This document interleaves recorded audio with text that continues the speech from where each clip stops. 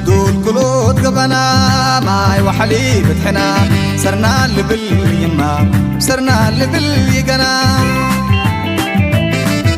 قلدي زينة وانت كليب تعزاندي ويل ررزاق المغرع داندي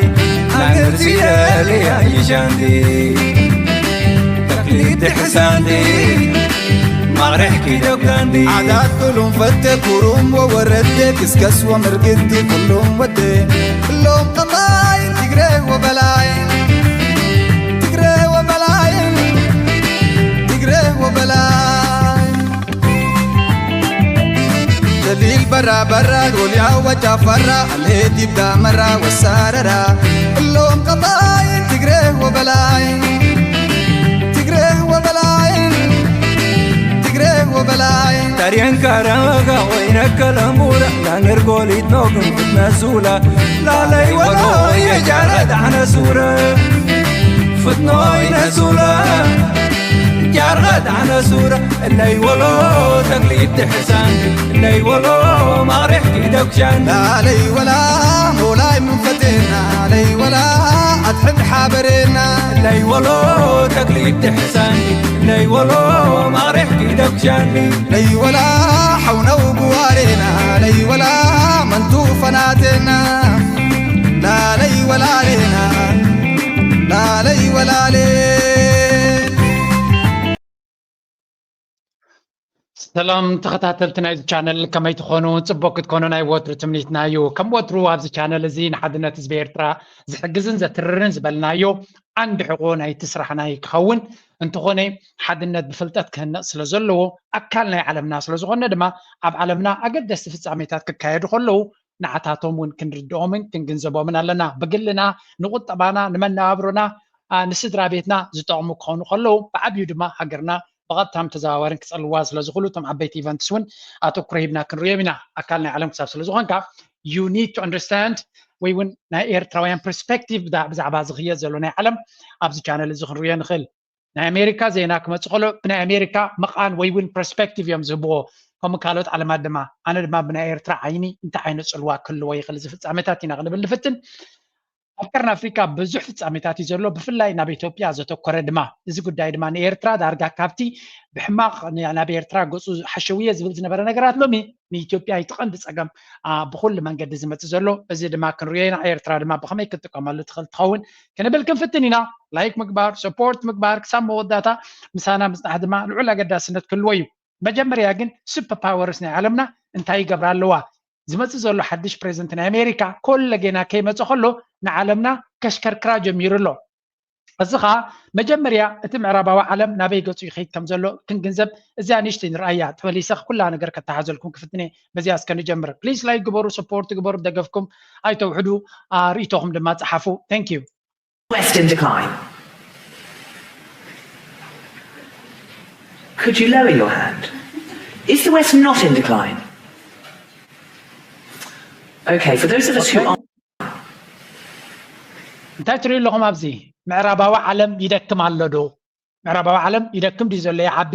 ምስ በለቶም መጀመርያ ይደክም ኣሎ ትብሉ ስከይትኩም ሓፋ ብሌላቶም ዳርጋ 700 ናይቲ ገዛ ኢዱ ሓፍ ከም ዘበለ ፅንሒልናውን ክንሪኦ ኢና ምዕራባዊ ዓለም ይደክም የለን ክበሃል ከሎ ድማ ተባብ 10% እዚ እንታይ ማለት እዩ ኣብ ሓደ ዓቢ ናይ ስኮለርሊ ኢቨንት ዝተገበረ እዩ ምሁራት እዮም ኣብኡ ዝሳተፉ ዘለዉ እቶም ፓነሊስትስ ወላቶም ተሳተፍቲ ነዚኣ ኣብ ድሕሪት መፅየ ናታ ትርጉም ክበኩም ክፍትኒ ምክንያቱ በብዙሕ መንገዲ ከተሓዛ ስለ ዝፍትን Could you lower your hand? Is the West not in decline? Okay, for those of us who aren't in the room, I would say it was about, what, 10%? Don't think it's in decline? I'm used to being in the minority of one. So, ሕጂ እንታይ እዩ ትሕቶ ዘሎ እቲ ፓነል ኣብ ዛዕባ ምዕራባዊ ዓለም ዝዛረብ እዩ ዝበፅሐ ህዝቢ ኣብ ዝዋን እዚ ዝሰማምዓሉ ሓደ ሓቂ ኣሎ ንሱ ድማ ምዕራባዊ ዓለም እናደኸመ ይኸይድ ከም ዘሎ እዚ ከዓ ኣብ ኩሉ ኣብኡ ንነብር ዘለና ዝበፅሐ ነዚ ቻነል ዝርኢ ዘሎ ሰብ እውን ኣብ ምዕራባዊ ዓለም ዝነብር ዘሎ እዩ ይዓብድ እዩ ዘሎ ይንእስ ዳርጋ እቲ ሓቂ ኣብ መንደቕ ዝተጠቅዐ እዩ ስለዚ ኣብቲ መንደቕ ተጠቂዕካ ኣሎ ትመልሲ ኣብዚ እዋን እዚ ምናልባት ድኾን ገለ ትብለሉ ይኮነን ቨሪ ስትሬት ፎርወርድ እዩ መራሕቲ ናይ ኤውሮፓ ዝኸድዎ ዘለዉ ንሪኦ ኣለና ሃገራት ኤውሮፓ ቁጠባ ናይ ኤውሮፓ ፀጥታ ናይ ኤውሮፓ ኩሉ ነገር ናበይ ገፁ ይኸይድ ኣሎ ንሪኦ ኣለና ብግምጣሉ ኣሜሪካ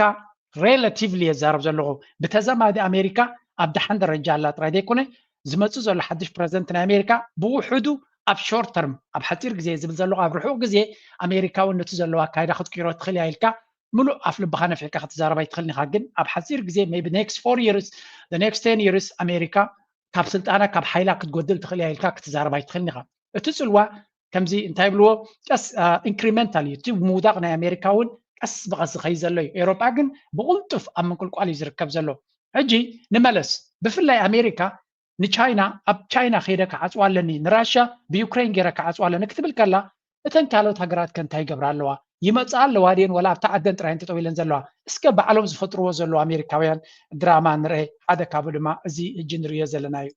the region. Let's get the read on all of this from Gordon Chang. He's Gatestone Institute senior fellow and author of the book China is Going to War. Gordon, great to see you. Thanks for being here. I covered Latin America for 12 years, part of my journalistic history. I was unaware of the extent to which China is involved in the Panama Canal. It is incredible right now. They control 2 of Panama's principal zone ports, the Atlantic and the Pacific side. They're finishing another one, by the way, a cruise terminal on, I believe it's on the Pacific coast side. They have 3 bridges across the canal. Another one is planned. A lot of Chinese companies like Huawei and the usual. أجي كل زين زارب زلنا بزعبان تايم تزارب زلو بنما كانال زبل حدش أوبسيشن ويون حدش أرستن حدش سلالن حزوا مالون سدما بنما زبال هجرالو أبت بنما ملما هذا كانال له ني أتلانتيكا وكيانوسن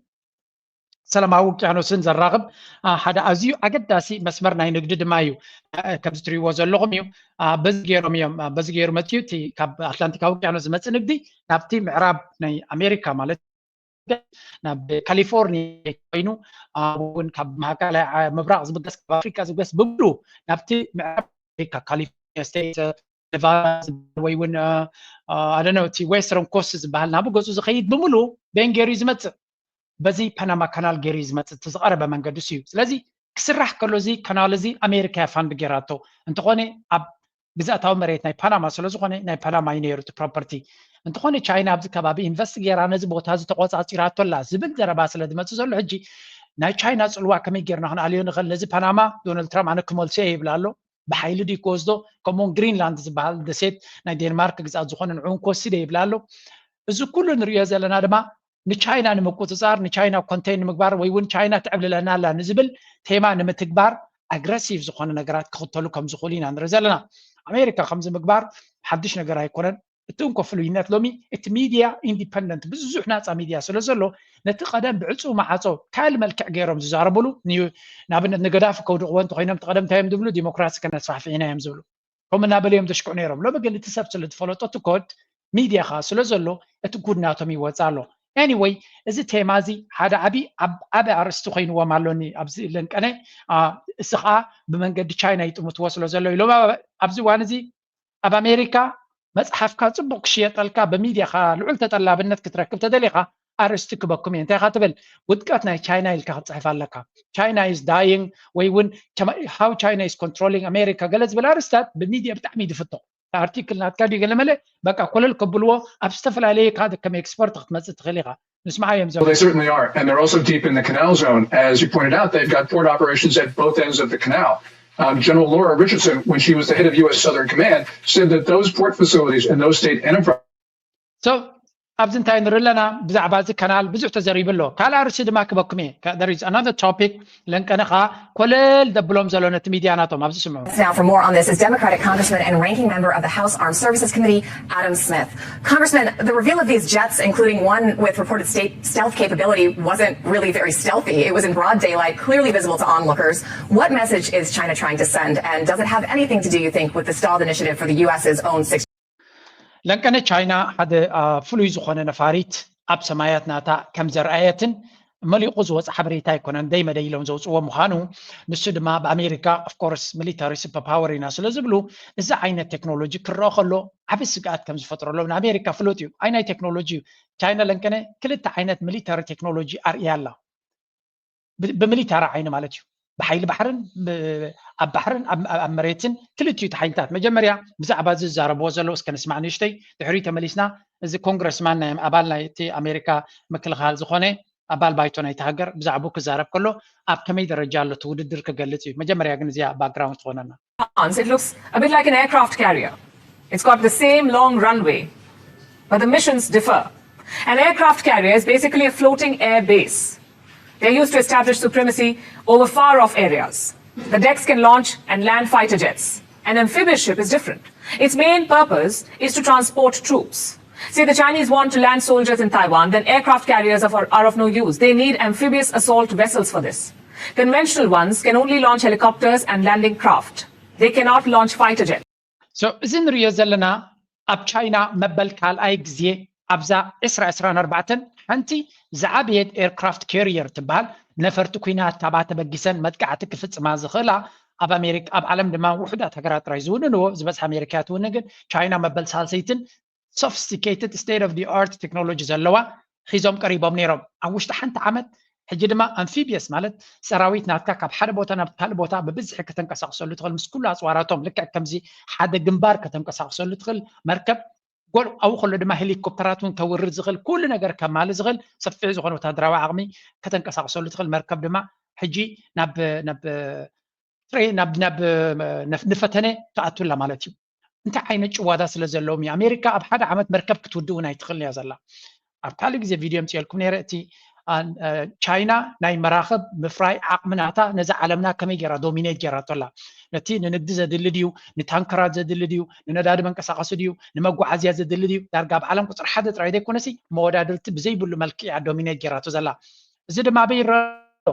ابتي حيل بحرناتات هانصو زلا سلامتك بحيل بحر كندزي هانصلو مخنياتو China مس أمريكا زخوني وغ كغاطم تخوينو أمريكا يكونن كغاطم أب بحري كغاطم بحر سلو زخوني ناي نيفي سوبر باور كتكون كتكلالو China تالاي China أبزوانزي at least in the next 20 years or 30 years نزمات أسرع مثلا عمد مس أمريكا كتواقع عند رخينا أب كبابي أيكو سلازي بتناي نوح رحكات كمزنا أمريكا نتشاينا كبابيا مس يختواقع ليا تكنولوجيا كون زد ليا هذا ني كبابيا نحيل بحرنا تدخلوا العقم زي that's why ناي China استراتيجي كما يجرى نفسها كتكلاخل تخل سلازخوني زد ليا أصوارات نبينيو بنصارو أمريكا كابر متياك ان China كتفرات توينا زد ليا تكنولوجيا دما فليز بلاي ابز حجي مبزحتهم نا أمريكا كيلاتات كزاربو خلو امونغ أمريكان China وتهدراوي رسمن تنقاطيما كباب China أمريكا ني China خسعرا خمزي تخل فلتي there's no way بزخون يكون calculation نا أمريكا زبلكم أمريكا كسعرا يتخلنيا ولو ان أمريكا بعلم تريننج كقبرو خلو كم زين تايبلو سيميليشنز بحالالو وتهدراو سيميليشن كقبرو خلو كل غزي اب سيميليشن أمريكا تسعر مهنياتو اتزلو وتهدراوي كومبينيشن سنتريخايو اقاومنت سراويت اقاومنت بحري كلام كله أمريكا أبزوريا China مزيا كسعرا يتخلنيا of course أمريكا أبزوريا أمريكا دما زخون هاجر كسعرا يكلنيو سلازي اتي ناتا كبابي completely control جراتلا أبزوريا ناي كالوت مزيا كم ذلك أبراشا قريبا كسعر زي كالت تسعيرا سعر تحيزا كيت تدالو زلا أب كبابي China مزيا هم كسعرا يتخلنيا انتغوني عنوات كتور تخليا كتغونا دبات تخليا سلازي إذا كنا تعتزي سلازري وزن لو ساتم ناتم زربان اسمع حجي بغلطي من قد كريكم سلازخون كه Well, I think there's a couple things here. First of all, we are undeniably in a competition with China and Russia, over being able to meet our defense capabilities and deter each other.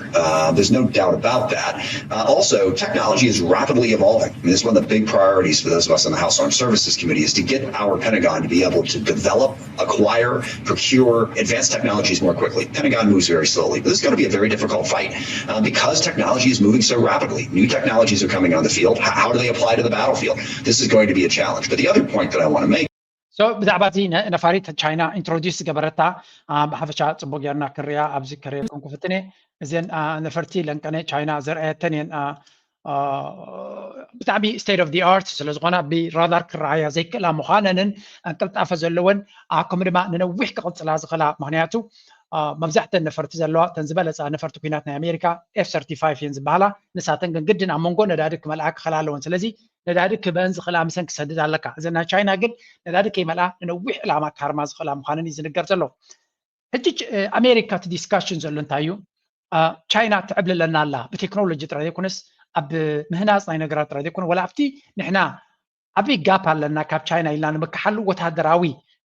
حيلو ننتقونه التفا تركبهم كم زلا نحجز قصة زلو بحج كمت زغل عودة كينات دما أب بتناي conventional كينات رادي كونس بناي كال فليز بله بعوزي بتكنولوجيا استسنة كينات كون كم زغل يوم زنو غرزلو if that's the case كم ندحرو قينو أبتناي ናይ መጻኢ ዓውደ ኩናት ሓያል ክትከውን ድሕሪ ኮይንካ ቀልጢፍካ ኢኖቬት ክትገብር ኣለካ ሓድሽ ነገር ክትገብር ኣለካ ሓድሽ ነገር ክትፈጥር ኣለካ ወታደራዊ ሓይሊ ድማ ሕጂ ዘለናዮ መድረኽ ከምዚ ኣብቲ መጀመርያ ዝሃብኩኹም ዓለምና እናተቐየረ ስለ ትኸይድ ዘላ እቶም ሓይልታት ናይ ቀደም ዝነበሩን እቲ ናይ ቀደም ኣገባብን ክሰርሓልካ ይክእልኒ ፎር ኤግዛምፕል ኣሜሪካ ሓደ ካብቲ ስትራቴጂ ናታ ወታደራዊ ስጉምቲ ቅድሚ ምውሳዳ እንታይ ትገብር ብቁጠባ ክትርምሰካ እያ ትፍትን ብቁጠባ ክትርምሰካ ተኮይና ድማ እንታይ ክትገብር ኣለዋ ክትንፅለካ ክትክል ኣለዋ ካብ ዓለም ንግዲ ከምዘይ ትገብር ትደልዮ ነገራት ከምዘይ ትረክብ ንብረትካ ናብ ካልኦት ከምዘይ ትሰድድ ህዝብኻ ከይጥዕሞ ብትምህርቲ ከይትምዕብል ብቴክኖሎጂ ከይትምዕብል ፅቡቅ ሕክምና ከይትረክብ ቴክኖሎጂ ከየስፋሕፍሕ ሓንቲ ዓዲ ብኩሉ እያ ክትዓፅወካ ትፍትን ኣበይ ንፈልጦ እዚ ኣብ ኤርትራ ድሕሪ ናፅነታ ፅቡቅ መንገዲ ሒዛ ክትከይድ ምስ ጀመረት ኣብ ገለ ፖይንት እዛ ሃገር እዚኣ ስጋት ክትፈጥረልና እያ ምክንያቱ ነፍሶም ክኽእሉ ዝፅዕሩ እዮም መጋበርያ ክኾኑ ዝኽእሉ ይኮኑን ንዓና ድማ ድሌትና ክንገብር ዘፍቅዱልና ስለዘይኮኑ ንሳቶም ድማ ክምዕብሉ ስለዝኽእሉ እዚኣ ፅቡቅ ጌርኩም ዘክርዋ በዚ መንገዲ ዝኸድዎ ዘለዉ ኤርትራ ክምዕብሉ ስለዝኽእሉ እንታይ ኢሎም ናይ ግድን እንተማዕቢሎም ካብ ናይ ኤርትራ ምዕባለ ይኮነን ኣፍሪዎም ዘለና ኤርትራ እንተማዕቢላ ካልኦት ሃገራት ድሕሪአን ካብ ኤርትራ ክቐድሓ ክጅምረ ናይ ኤርትራ ሞዴል ክኽተልዎ ተጀሚሮም እቲ ሃብቲ ምዝመዛ ናይ ኩለን ሃገራት ካብ ኣፍሪካ ክጠፊ እዩ እሱ እንተጠፊዩ ድማ እዚ ሕጂ ኤሮፓ ኣጋጢሞን ዘሎ እቲ ምዝመዛ እናጎደለ ምስ ከደ ኣበይ ደረጃ በፂሕና ኣለዎ እዚ ቀደም ኣጋጠመ ነይሩ ማለት እዩ ስለዚ እዛ ኤርትራ ትበሃል ሃገር ሓዳሽ ሃገር ንኸይትምዕብል ኩሉ ዕፅዋ ክንገብረላ ኣለና ከመይ ጌርካ ትገብሮሲ መጀመርያ እቶም ጎረባብታ ኣንጻር ኤርትራ ከምስላፋ ትገብር ቀሊል እዚ ድማ ብረድኤት ናይ ኣሜሪካ ትነብር ተኮይንካ ከም ኢትዮጵያ ኣብኡ ከሎ ቦናስ ሂቦምካ ድሌትካ ከም ትረክብ ገብሩኻ እቲ ምስ ኣሜሪካ ፅቡቅ ዝምድና ዘይነበሮ ከም በዓል ሱዳን እንተኮይንካ እንታይ ብሎ ካብቲ ጌርናልካ ዘለና እገዳ ከነጉድለልካ ኢና ምስ ኤርትራ ዘለካ ዝምድና ብተኮ ይብሉኻ ሲምፕሊ ንየመን ከምኡ ንነፍሲ ወከፍ ንናቱ ሂቦም ኩሉ ኣንጻር ኤርትራ ከም ዝስለፍ ገይሮም ኤርትራ እንታይ ከም ትኾን ገይሮማ ከም ትርኽመሽ ከምዘይ ተዓቢ ገይሮማ ኤሮፓ ድማ ምስኣቶም ክስለፉ ንቡር እዩ ምክንያቱ ኤሮፓውን ካብ ኣፍሪካ ስለ ዝምዝምዙ ኤሮፓ ኣሜሪካ ዝበለቶ ብእሺ ምባል ጥራይ ስርዖም ናው ቲንግስ አር ቼንጂንግ ቻይና እዚ ከይመፃ ቀዲባ ኳልኩሌት ስለ ዝገበረቶ ኣብ ዓለም ናታ ፅልዋ ክትገብር ጀሚራ ኣላ ናው ሌትስ ሽፍት አ ሊትል ቢት ናብቲ ወታደራዊ ኩነታት ቅድሚ ምምላስና ብቁጠባውን ከነተሓዞ ስለ ዘለና ሌትስ ስታርት ኤሮፓ እንታይ ይብሉ ኣለዉ እዚ ዓመት እዚ ናበይ ገፅና ንኸይድ ኣለና ናይ ኤሮፓ ክንፈልጥ ክንፍትን ኣለና ስለዚ ኤሮፓ እዚ ዓመት እዚ ዝውድኣሉ ኣብ ዘሎ መድረክ ናበይ ገፆም ይኸዱ ከም ዘሎ ካብ ኣፎም ንስማዕ እዮም Gathering for EU leaders wary of a new year filled with uncertainty. President Trump, and I say this respectfully, is a businessman by background. I think his engagement in many ways will be transactional, and I think Europe needs to consider how we can make that case about the economic relationship being a two-way street. The return of Donald Trump to the White House signals more than a possible trade war with Europe. It could mean pressure on Ukraine to negotiate an end. President Trump, መራሕቲ ኤሮፓ ከምዚ ትሪእዎም ዘለኹም ነርቨስ ኮይኖም ኣለዉ ምክንያቱ እዚ ሕጂ ዝኣትዎ ዘሎ መድረኽ ብኩሉ መዳይ ንኤሮፓ ምቹእ ኩነታት ኣይኮነን ዘሎ ምቹእ ዘይገብሮ ድማ ብቁጠባ ኣብ መንቀራቅሮ ኣትዮም ኣለዉ ምክንያቱ ምንጭ ምዕባለ ወይ ከዓ ምንጭ ናይ ቁጠባዊ ዕቤቶም ዝነበረ ኩሉ እቲ ባክግራውንድ ናቱ ክንደይ ግዜ ደጋጊመልኩም ኣለኹ ኤሮፓ ቁጠባ ናቶም መበገሲ ናቱ 3 ነጥብታት ነይሩ ናይ ቀደም ሚኒስትር ጉዳያት ወፃኢ ናቶም ዝነበረ ጆሴፍ ቦሬል ክዛረብ ከለኹ ናይ ግዜ ምፅልኩም እንታይ ኢሉ መጀመርያ ሕሱር ጋዝ ካብ ራሻ ብፅፉፍ መንገዲ ክመፀና እንተኽኢሉ ነቲ ንሕና ነፍርዮ ፋብሪካታት ናትና ብዝበለፀ ኤነርጂ ብምርካብ ተወዳዳሪ ይገብሮ ነይሩ እቲ ብከምኡ ዘፍረናዮ ጉልበትና ድማ ንብረትና ይኹን ከምኡ ድማ ኢንዳስትሪ ናትና ናብ ቻይና ብምሻጥ ወይ እውን ገለ ክፋል ኣብ ቻይና ነፍርዮ ኣብ ኤሮፓ ጀርመን ወይ ገለ ነፍርዮ ዝዓበየ ክፋል ግን ኣብ ቻይና ብምፍራይ ብሕሱር ኣፍሪና ኣብቲ ዕዳጋ ናይ ቻይና ድማ ብሰፊሑ ብክቡር ክንሸይጥ ከለና ብዙሕ ትርፊ ስለ ዝህልዎ ቁጠባናትና ፅቡቅ ዝኾነ ላይፍ ስታይል ነይርዎ ዝዓበየ ክፋል ናቱ ድማ ወታደራዊ ኩነታት ኢልና ሓሲብና ይንፈልጥና ምክንያቱ ኣሜሪካ ብመንገዲ ኔቶ ጌራ ስለትከላኸለልና ውግእ ስለዘየላ ኣብ ከባቢና 3.3 ዓልየ ናይ ኤሮፓ መፃኢ ልዕሊ ማንም ኮንቲነንት ኣብ ጠልጠል ዘሎ እዩ ብሴኪሪቲ ደረጃ ነፍሶም ኣብ ከመይ ደረጃ ወዲቖም ኣለዉ ነፍሶም ክከላኸሉ ኣብ ዘይክእልሉ እቲ ዝኽልክሎም ዝነበረ ኣያ ድማ ዶናልድ ትራምፕ ገዲፍዎም ናብ ካልእ ክኸይድ ከም ዝኽእል የፈራርሆም ኣሎ እሱ ጥራይ ኣይኮነን ንግዲ እውን ቀደም ናፃ ዝነበረ ታሪፍ ክገብረልኩም እየ ይብሎም ኣሎ ኣብታ ሽግሮም ድማ ንቁስሊ ዘላ ትካሲ ይረግፃ ወይ እውን ጨው ውስኸላ ኣሎ ዳርጋ መሊሶም የርክስዎም ኣሎ ንኤሮፓ ማለት እዩ ገንዘብ ኣብ ዘይብሎም ግዜ ንምክልኻል ናቶም ክሃንፁ ክግደዱ ኣለዎም እቲ ቀደም ምቾት ከለዉ ቁጠባ ናቶም ፅቡቅ ከሎ ሽዑ ክሃንፁ ወታደራዊ ዓቕሞም ቀሊል ነይሩ ሕጂ ግን እቲ ዝለዓለ ቁጠባዊ ሽግር ኣጋጢሞም ساعات بزخبر واقع يقصلوا كأمريكا بفنجا جد ما مليسهم كأمريكا قصوا يبنا إن دونالد ترامب كحجسوا بخومو منطقة قصوا تجميرهم إندسترياتهم قلتيفو كموتي كابتزل وزجرة مخنياتو هذا سب أنسولا دفرتلو وي فابريكات سرحن تلو أب أمريكا زلو بحسر ندادي ركبالو أب تشاينا زلو كبراشا بزحسر من قدير ركبالو أب تايوان زلو أب جابان زلو كله بحسر من قدير ركبالو نايروبا فابريكا جن 3% 4% اللي كالو تزخفف تقوين نزعات التنبرتنا تابع داقة تمرت يكونن قبل العيد ما تعرف أمريكا قبل الكاتوينا تشاينا والنايتد قبل زلخة تعرف قبل الكاتوينا then you have no chance survival survive نخد قبل ويم تودع دار نخد كون كل زي تدمير ما نيروبا أب حدا كود قوم كم زغليو نزع حدا جاز نخي وصخة تعي مرحنا تكايب لهم مرحتناتهم أب سمكوف زلو دارجا مرحد ما كابت سلطانو بتبارتات نام كل قلاي خيدالو نعوز تكدما ولا يمنا يكن فيه مرص انتلو اتوم استابليشمنت بدحر مغارجا اتوم زمرص زلو نيفكر لهم يلون اب جرمن اب تزغبر زلو مرجاتات التي اي اف دي زبال يمنا يكن فيه عوتا لوغن اف سلطان كما صايد ليونم افرنسا كوموت ناشونال رالي زبال مستحوته حلال يخوم بدحريت اتريفومو كمون تصغا ما يكن في مستحوته نعون حلال يخوم اتريفومو ስለዚህ political instability اب كل ابتن عبيتنا اوروبا عباي بريطانيا انتخيتكا زغدده كنتات نرلنا كل زي تدماميرو نتو كونتيننتنا اوروبا ناب زغدده يوصلو اذا مجمريا زرعنا هجنا بان ملس Okay, let's go. If you could control things, would you want every other nation to become as wealthy as the West? Would you want them to become as democratic as the West? Yanis. Oh, me? Why not? Well, allow me to answer by means of an example, which touches upon something Konstantin said. That, the riffraff out there outside the West, Konstantin said. حانت كابتي حتو انتهي الى حتى طلاب كل نجرات كتقاطر عبيد كانت زخون نيرو اتي بوليتيكاو كنتات حجرات كلها تنكمع بلا زخلان تزخونا نيرا صبوك طبعا كلون ديمقراسيين حجرات انتخونا دم مرسكا كلن يلات هاسي نكتبتم وي صبوك هيوت نخلوا كاسي ديمقراسي كساك ندي قداسنت الله يتعطو اجي بقمتال ازي لو مز بحال زلو ديمقراسي اوروب ان امريكان زلو اتقطع دينا بديمقراسي بصحيوه ويس ات ديمقراسي نتقطع بزحجب صحيوه زازر بازي فلينا كساب زي حزنا يا بزح مشكع كفتر لناي انتي يم زبلونا زلو ساطو مسيلكم ديمقراسيا كايدا انت حرق يركا قطع باخا زمعبل يبزبلوخا ترجيخن لهم حزبخا اب 4 عمت مريقا خغبر تجميرو ناي بايتو مريقا دو ناي غله ناص حسابكا مغلاص غله مله زند حرق يركا ازي نتمع بالنا يتحجر زفطرو يبلوخالو اتا نساتهم زمعبلوا منقد تختيل كان تاريخ هايقه اذا اكباب زديا معبيلهم نو بقمت عليها نساتهم ጨቋንቲ መዝመስቲ ሰረቅቱ خلوا يم معبيلهم مس معبلو شعو ابصبو درجه مزبط شعو انت غيرهم እቲ ዲሞክራሲ ዝበሃል ከተኣታትዎ ጀሚሮም ስለዚ እዚኣ እታ ትሪክ ክትምዕብል ከለኻ በዝናቶም ዲሞክራሲ ክትምዕብል ከም ዘይትኽእል ይፈልጡ እዮም ስለምንታይ ህዝቢ ገና ከይተማሃረ ከሎ ብዛዕባ ዲሞክራሲ ክፈልጥ ኣይክእልኒ ተፃዋርነት ከማዕብል ኣይክእልኒ ተማሂርና እናበሉ ዝኾንዎ ዘሎ ንሪኦም ኣለና ሓደ ፀሊም ተፃዋታይ ኩዕሶ እግሪ ምስ መፅኦም ህበይ ኢሎም ክፀርፉ ዝውዕሉ ንሪኦም ኣለና ኣብ ዝኾነ ውድድር ፀሊም ክስዕሮም ዝጀመረ ክፃረፉ ንሪኦም ዘለና ሶም እዮም ስለዚ እንታይ ማለት እዩ እታ ዲሞክራሲ ዝያዳ ዝደፍኡላ ስለምንታይ እዮም ንኸይትምዕብል ዕንቅፋት ስለ ዝኾነካ ስለምንታይ ሓደ ብሉፅ መራሒ እንተመፂካ ኣብ ኣፍሪካ ጥራይ ጠምቱ ወዚ ነገር እዚ ሓደ ብሉፅ መራሒ እንተመፅዩ ነቲ ሃገር እንታይ ክገብራ ክጅምር እዩ ብዙሕ ነገራት ክቕይር ክፍትን እዩ ክልውጣ ክፍትን እዩ እንታይ ገብርዎ እዮም 4 ዓመት ምስ ገበረ እዚ ሰብ እዚ ስግኣት ተኮይንዎም ኢትስ ቨሪ ኢዚ ኣብ ናይ ዲሞክራሲ ዓለም $1 ሚልዮን ኣየድልየካን ኣብ ኣፍሪካ መንግስቲ ንክትቀይር ኣብ ዲሞክራሲ ተኮይኑ እቲ ሃገር ዲሞክራሲ ተኮይና እንታይ ክትገብር ኣለካ ሲምፕሊ ጋዜጣ ሓንቲ ሚድያ መንገዲ ገዚኻ ሽም ናይቲ ሰብ ተበላሽዎ እንተኾነ ዋላ ንኣብነት ሲምፕል እንታይ ትገብሮ ኣብ ሆቴል ደቂሱ ከሎ ሓንቲ ጓል ትሰደሉ እዚ ጌም ኣይኮነን ዝነገርኩም ዘሎ ሓቂ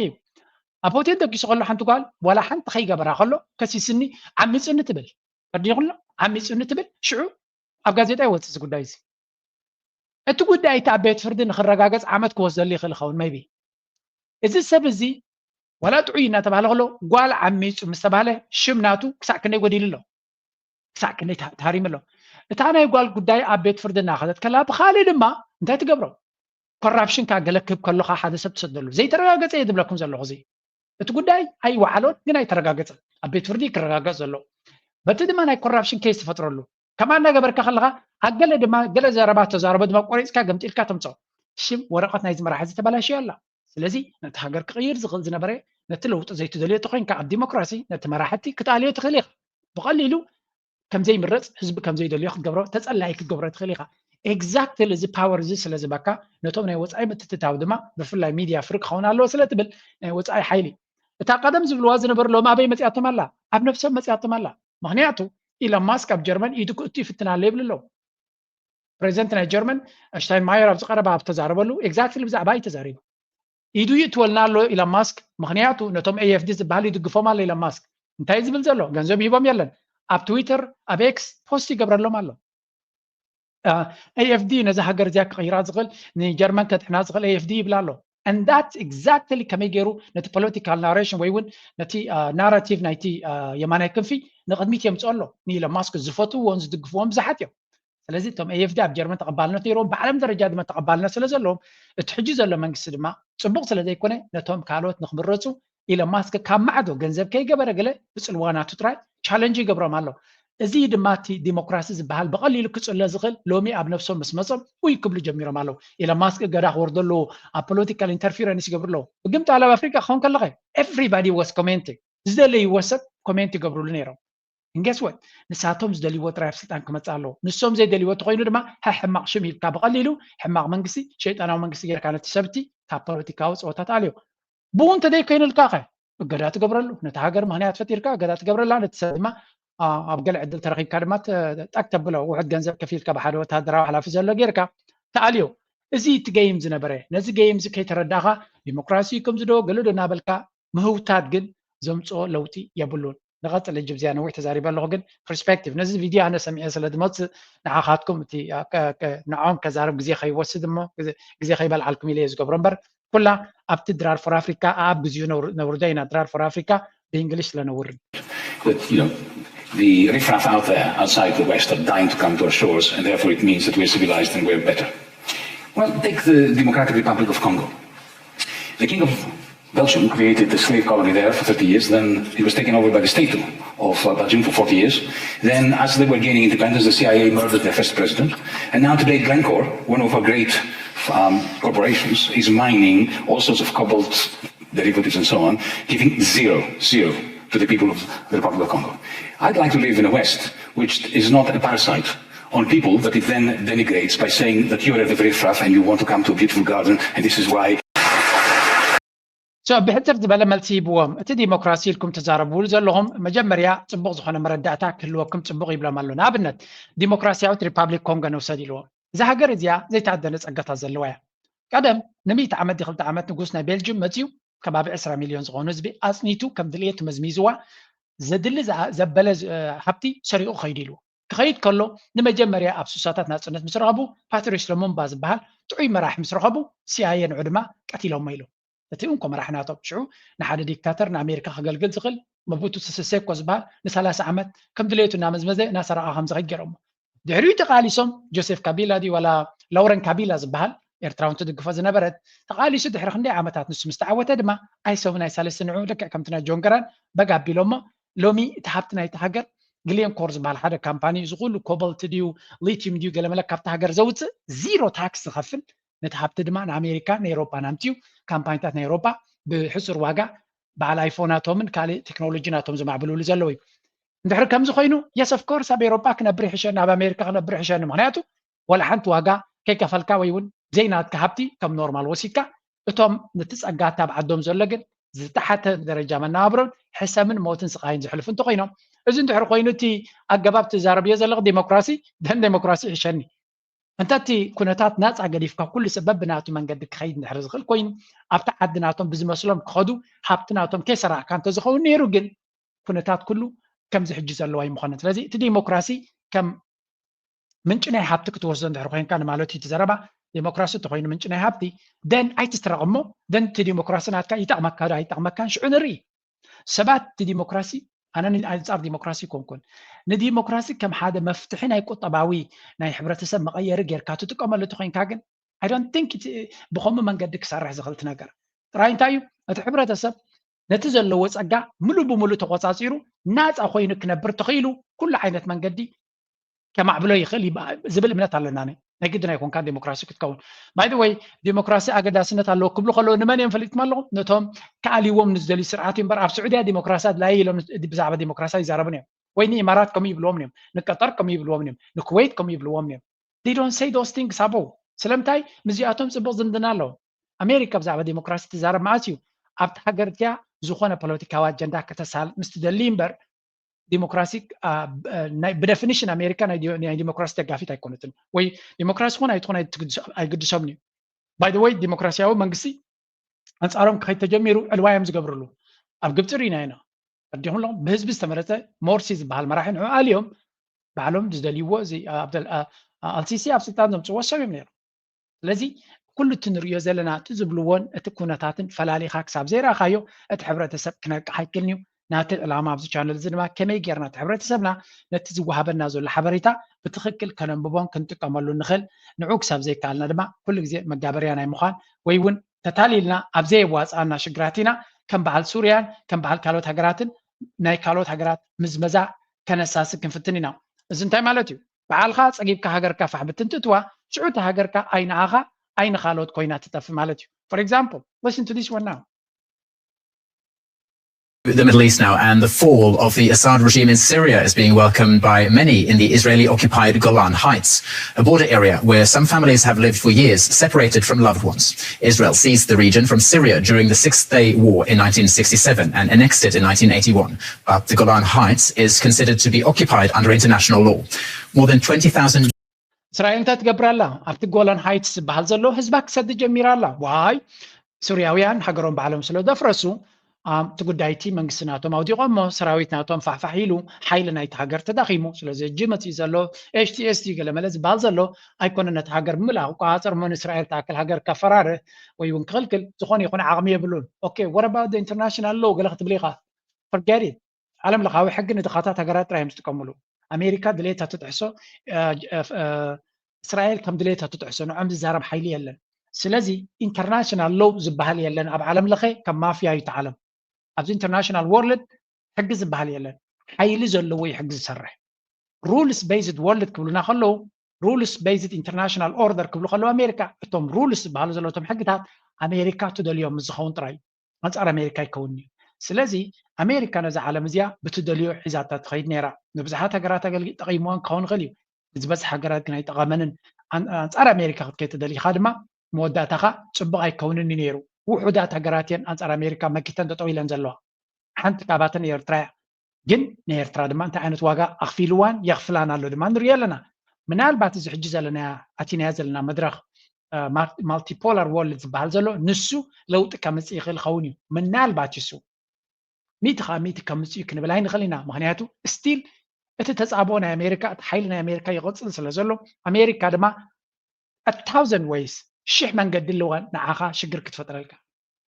እቲ ዓለም ንሳ ዲዛይን ዝገበረታ እዛ ሕጂ ንነብራ ዘለና ዓለም እቲ ሲስተም ናይዚ ዓለም እቲ ኣርኪቴክቸር ናይዚ ዓለም ኣሜሪካ ብትደልዮ ዝተሃንፀ እዩ so if that is the case ኣሜሪካ ዘይትደልዮ ወይ እውን ንኣሜሪካ ዘይረብሕ ኩነታት ንኽትፈጥር ትኮይንካ ኣዝዩ ከቢድ እዩ ዝኸውን ምናልባት ኣሜሪካ እትትደልዮ መንገዲ ምስ ተሓዊስካ ክትከይድ ትኽእል ኢኻ ንኣሜሪካ ከይተቃወምካ the moment እታ ግዜ ኣንጻር ኣሜሪካ ደው ክትብል ተጀሚርካ እቲ ኩነታት ናትካ ከቢድ እዩ ዝኸውን ነዚ ክሰግራ ዝኽኣላ ምናልባት ትንኮ ተስፋ ዘሎ ሃገራት ከም በዓል ቻይና ኣብ ቴክኖሎጂ ንቅድሚት ዝኸዳ ዘለዋ ንሳተን ክፈጥሮ ዝኽእላ ነገራት ሓደ ሓደ ለውጢ ከምፅእ ይኽእል ይኸውን እዩ ስለዚ እዚ ንሪኦ ዘለና ሕጂ እስራኤል ዓለም ለኻዊ ሕጊ ጥሒሳ መፂኣ ነቲ ቦታታት እዚ ጎላን ሃይትስ ዝበሃል እስራኤላውያን መፂኦም ነቲ መሬት ክወስድዎ እዮም ኣብኡ ክቕመጡ እዮም ልክዕ ከምቲ ኣብቲ ናይ ፈለስጢን መሬት ዝገብርዎ ዘሎ ከምኡ ክገብሩ እዮም ሲርያ ዓበ ሃገር ስለ ዝኾነ ዝፃብኦም ክህሉ ይኮነን ምናልባት ኢንተርናሽናል ኮሚኒቲ ያ ትጋገዩ ኣለኹም ብላብላ ንሓንቲ ሰሙን ክብሎም እዩ ሱርያ ትርኩ ብላዕሊ ዘድልያ ከምኡ ክትወስድ እያ እንደን እታ ሃገር ባዲማ ክትነብር እያ ምክንያቱ ቅድሚ ሕጂ ሪናዮ ናብ የመን ሪናዮ የመን ፋሕፋሕ ምስ በለት ኢማራት ዘድልያ ደሴታትን ኣገደስቲ ቦታታትን ወሲዳ ኣላ ካልኦት ሃገራት ድማ ዘዝጥዕመን ስዑድያ በቲ ላዕሊ ነዳዲ ዘለዎ ቦታታት ደፊኣ ኣትያላ ይበሃል ኣብቲ ኣፍ ደገ ባሕሪ ድማ ኩለን ካልኦት ሃገራት ሓይልታት ሓይለን እቲ ሑቲ ዝበሃል ገለ ክፋል ተቆፃፂሩ ኣሎ ግን ዝዓበየ ክፋል ናይቲ መሬት ኣይቋፃፀሮን እዩ ኣብ የመን ድሕሪ ኣብ ሊብያ እንተኸይድካ ተመሳሳሊ እቲ ሃገር ፋሕፋሕ ትብል ኣላ ሱዳን ተመፂኻ ተመሳሳሊ ሶማል ተመፂኻ ተመሳሳሊ ስለዚ እተን ሃገራት ክፈርሳ ከለዋ ድሕሪኡ ዝመፅእ መንግስቲ ነቲ ሃገር ከም ቀደም ተቆፃፂሩ ክሕዛ ዓቕሚ የብሉን እስኻ እቲ ካልኩሌሽን ድማ ኤግዛክትሊ ከምኡ ንምግባር እዩ ነይሩ ምናልባት ካብ ካልኦት ሃገራት ክንመሃር ስለ ዘለና እስኪ ሕጂ ካብቲ ፖለቲካውን ወታደራውን ሓንቲ ናይ ቁጠባ ዛዕባ ቻይና ክንዛረብ ከለና እዚኣ እስከስምዕዋ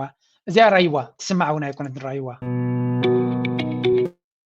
እዚኣ ትሪእዋ ዘለኹም ቪድዮ ቻይና ሕሉፍ ሓሊፍዎም እንታይ ክሃንፁ ጀሚሮም ኣለዉ ኢሎም ፓላሶ ዝሰርሕ ሮቦት ፈጢሮም ኣለዎ እቲ ፓላሶታት ናይቲ ሃገርሲ ብዝቐልጠፈ መንገዲ ንክሰርሕዎ ቴክኖሎጂ ጥራይ ነቲ ፓላሶ እናሰርሖ ይኸይድ ማለት እዩ I don't know the technological advancement of China ዝረአ ዘሎ ብቃላት ክንገልጾ ከማ እናኸበደና እዩ they are moving pretty fast ብዝቐልጠፈ ፍጥነት እዮም ዝዓብዩ ዘለዉ and this is going to be the future ሓደ ሰብ ኣብ ዝሓለፈ ቪድዮ ናተይ ክገልጽ ከለኹ እንታይ ኢለን ተዛሪበ ነይራነ መንእሰያትና ንስኮላርሽፕ ናበይ ክንሰዶም ኣለና ንዝብል ሕቶ 100% ንቻይና ክንሰዶም ክንክል ኣለና ዋይ ምክንያቱ ኣብ ቻይና እቲ ቴክኖሎጂ ጥራይ ኣይኮነን ዘሎ እንታይ ዳ ወላ እቲ ፅልዋ working mentality እቲ ፅልዋ ናይ ስራሕ ሰብ ክሳዕ ክንደይ ነኺሱ ንዕላሙ ክሰርሕ ከም ዘሎ ነኺስካ ምስራሕ ድማ ሓደ ውፅኢት ዘምፃልካ ንሱ እዩ ምክንያቱ ተደይ ሰሪሕካ ውፅኢት እውን ኣይመፅን እዩ ሓንቲ ስእሊ ነይራት ንለንቀነ ከርእየኩም ደልየ ዝነበርኩ ጅስት ጊቭ መስ so ኣብዚ ሓንቲ ቻርት ከርእየኩም ስለ ዘለኹ ግዜ ወሲደ እዚኣ ለንቀነ ዝወፀት እያ ከምቲ ትሪእዎ ዘለኹም ኤርትራ ምስ ቻይና ዘለዋ ርክብ መመሊሱ እናበርትዐ ዝኸይድ ዘሎ ብፍላይ ኣብ ዓውዲ ትሬኒንግ ናይ ቴክኖሎጂ ድዩ ናይ ካልእ ምስ ቴክኖሎጂ ዝተሓሓዝ ትሬኒንግ ኤርትራ ምስቲ ኤምባሲ ናይ ቻይና ኣብ ኤርትራ ዘሎ ኣምባሳደር ኤምባሲ እውን ብዝያዳ ግን ኤርትራ እቲ ስኮላርሽፕ ከም ናተይ ርእቶን ድሌትን ናብ ኤሮጳን ኣሜሪካን ስኮላርሽፕ ምስዳት ብኩሉ ክሳራ ኮይኑ ዝስማዓኒ ቁፅሪ ሓደ እቲ ናብ ኤሮጳ ናብ ኣሜሪካን ክሰድድ ከለኻ ዝወስደልካ ዋጋ እቲ ኮሌጃት ይኹን እቲ ዩኒቨርሲቲ እቲ ኩነታት ኣዝዩ ክቡር እዩ ብገንዘብ ከፊልካ ክትምሃር ዩኒቨርሲቲ ናይ ኤሮጳ ይኹን ናይ ኣሜሪካ ኣዝዩ ክቡር እዩ ከም ኤርትራ ሃገር ድማ ሓደ ሰብ ንኣሜሪካ ወይ ንኤሮጳ ትሰዶ ምናልባት ንቻይና ክሰዶ ከለኻ 5 ሰባት ከምህረካ ይኽእል ኸውን ዝብል እምነት ኣለኒ ብውሕዱ እየ ዝብለኩም ዘሎ it depends which kind of university ኣብ ቻይና ትወስዶም ኣለካ ግን ብውሕዱ ናይ ሓደ ሰብ ወፃኢ ክትገብሮ ትኽእል 5 ሰብ ከምህረልካ ይኽእል እታ ካልይቲ ግን ታቐንዲ ኣገዳሲት እያ ንኽሪኦ ከለኹ ካብ ኤርትራ ናብ ኤሮጳ ክሰዶ ከለኻ እንታይ እዩ ክፈልጥ ዝኽእል ኣነ ንዓይ ዝርዳእኒ ማለት እዩ ሓደ ኣብቲ ዩኒቨርሲታት ናይ ኤሮጳ እንታይ ዓይነት ባህሊ እዩ ዘሎ ክትፈልጥ ክትክእል ኣለካ ኢንዲቪዥዋሊዝም ንዓይ ጥራይ ይጠዓመኒ ዝብል ካልቸር እዩ ዘሎ ብኻልእ ኣዘራርባ ንስኻ ንሃገር ከገልግለልካ ኢልካ ዝሰደድካዮ ተመሊሱ ንሃገሩ ከገልግለልካ ንኣብነት ኣብ ኤርትራ ደሞዝ ኣቨሬጅ ክንደይ ክኸውን ይኽእል ትሑት እዩ ንሃገሩ ተማሂሩ መፅኡ ከገልግለልካ ኢልካ ትሓስብ ዝሰደድካዮ ሰብ ኣብ ኤሮጳ ክመፅእ ከሎ ደሞዝ ንዓይ ንነፍሰይ ክሃንፀሉ ዝኽእል መንገዲ ክምሃር ንሃገር ሰርቭ ትገብር ገለመለ ዝበሃል ኮንሰፕት የለና ምዕራባዊ ዓለም ቀዳሚ ይገብርዎ ነይሮም እዮም ሰብ ንኣብነት ኣሜሪካ ሰራዊት ናቶም እንታይ እዮም ዝብሎ ሰርቪንግ the country ንሃገረይ የገልግል ኣለኹ ደሞዝ ይኽፈል እዮም ግን ሰርቪንግ the nation እዮም ዝብሎ ኣብ ኣሜሪካ እቲ ካልቸር ናይ ናሽናሊዝም ፓትሪዮቲዝም ዝብል ዘረባ ኣሎ እዩ ኣብ ኤሮጳ ግን ከምኡ የለን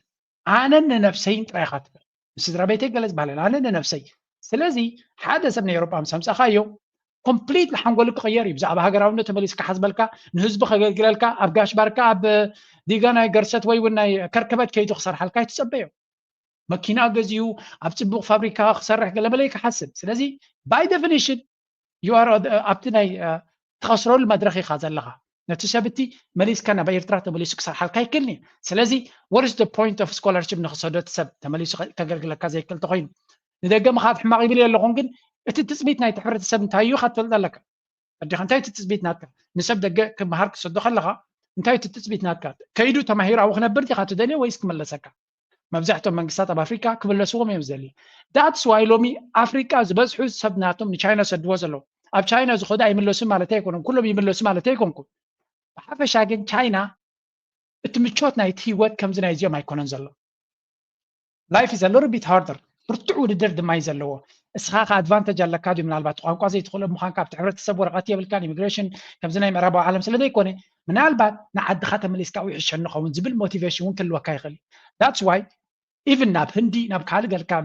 ምስዳድ እውን ኣገዳስነት ዘለዎ እቲ ፍልጠት ግን ኣብ ኩሉ ማዕረ እዩ ፍልጠት ኣብ ኤሮጳ ጥራይ ብፍሉይ ዘሎ ዝመስለኩም ከይከውን ኣብ ኤሮጳ ምናልባት ካብ ካልኦት ዓለም ፍልይ ዝበለ ፍልጠት የብለዎም ፍሉይ መፅሓፍቲ ይምህሩኻን እዮም ኣብ ዩኒቨርሲቲ ስለተምሃርኩ ኣነ ኣይነወይ ስዊትዘርላንድ ሓደ ካብቶም ዝማዕበሉ ሃገራት እዮም ስለዚ እቲ ኣብ ዩኒቨርሲቲ ኣብ ስዊስ ንምሃሮ ኣብ ካልእ ዓለም የለን ክብለኩም ኣይክእልኒ ሶሪ ከምኡ ዝበሃል ነገር የለን ደሰይ መፅሓፍቲ ኢኻ ትምሃሮ ኣብ ኣሜሪካ ትምሃሮ ኣብ ቻይና ትምሃሮ ኣብ ህንዲ እውን ይመሃርዎ እዮም ኳሊቲ ናይቲ ትምህርቲ ኣካዳሚ ስርዓት ናይቲ ትምህርቲ ገለ ይቀያየር ክኸውን እዩ ኩሉ ሓደ ዓይነት ትምህርቲ ኣለዎም ኣይብለኩም ኣብ ስዊዘርላንድ ጽቡቕ ዝኾነ ኳሊቲ ናይ ትምህርቲ ብቁዓት መምሃራን ክምሩኻ ዕድል ኣለካ እቲ ትምህርቲ ግን ኣብ ኩሉ ጻዕራም ተኾይንካ ክትመሃሮ ትኽእል ኢኻ so much about this topic scholarship ናብ ቻይና ክኸዱ ከለዉ ሰባት ትምህርቲ ጥራይ ዘይኮነስ working culture ናይ ምስዓር ናይ ምጥቃም ናይ ፈጠራውነት ናይ ገለመለ ክመሃሩ ክእሉ እዮም ዲስፕሊን ክመሃሩ ክእሉ እዮም ስለዚ ተመሊሶም ድማ ዝበለፀ ሰርቪስ ነቲ ሃገር ክህቡ ይኽእሉ ዝብል እምነት ኣለኒ ሕጂ ናብቲ ናይ ቁጠባ ድሕሪ ናብ ዞባና ክሰግረ ምናልባት ቁርብ ግዜ ወሲደ ኣለኹ ፕሊዝ ላይክ ግበሩ ሰፖርት ግበሩ ድማ 30-year chart of returns on the S&P index. And this chart tells you that if you missed one day, there's one day every year when 85%, 90% of all of the gains come, one day. And there are 36 hours a year when all investment return takes place. So in 365 days, nothing happens 99.5% of the time. This is why we have the laser eyes. This is why we say HODL, because returns on the እዚኣ ዘረባ እዚኣ ስለምንታይ ኣምፅልኩም ኣለኹ መሲልኩም ብዙሓት ምሳይ ተማሃርኩም ኣለኹም ስታክ ማርኬት ተማሂርኩም ክሪፕቶ ተማሂርኩም ሓደ ካብቲ ዋላብቲ ትምህርቲ ብተደጋጋሚ ይገልፆ ተኾንኩ ዝሕተቶ ሕቶ እንታይ እዩ መዓስ ክንገዝእ ሕሸና መዓስ ክንሸይጥ ሕሸና ሕጂ ዶ መግዛእ ሓይሽ ክንድንጉዶ ገለ ትብሉ ኣለኹም እንታይ ይብለኩም ኣሎ ሓደ ካብቶም ሌጀንደሪ ኢንቨስተርስ ኣብዚ ግዜ እዚ ዝበለፀ ውፅኢት ዘምፅእ ዘሎ ማይክል ሴይለር እዩ S&P 500 ማለት ስታንዳርድ ናይ ኢንቨስትመንት እዩ ተንዝዓበየ 500 ካምፓኒታት ብሓደ ጠሚሩ ዝሓዘ ፖርቶፎሊዮ معقن ናይ ኢንቨስትመንት እዩ ኣብ ዓመት እንድሕር ወሲድካ ዝሓለፈ 30 ዓመት ተኸድካ ኣብ ውሽጢ ዓመት 365 መዓልታት እንተለዋ ኢልኩም እቲ ዝበለፀ ውፅኢት ናይቲ ዓመት ኣብ ውሽጢ 85% ናይቲ ውፅኢት ኢልኩም ኣብዚ ምናልባት ዴራኹም ኣለኹም 85% ናይቲ ውፅኢት ኣብ ሓንቲ መዓልቲ ይፍፀም ካብተን 365 መዓልታት ኣብ ሓንቲ መዓልቲ እቲ ናይቲ ዓመት ዝበለፀ ውፅኢት ዝበሃል 85% ናይቲ ውፅኢት ኣብ ሓንቲ መዓልቲ ኣይነይቲ መዓልቲ እዚኣ nobody knows 36 ሰዓት ተወሲድካ ድማ ኢሉ እቲ ዝዓበየ 99% ናይቲ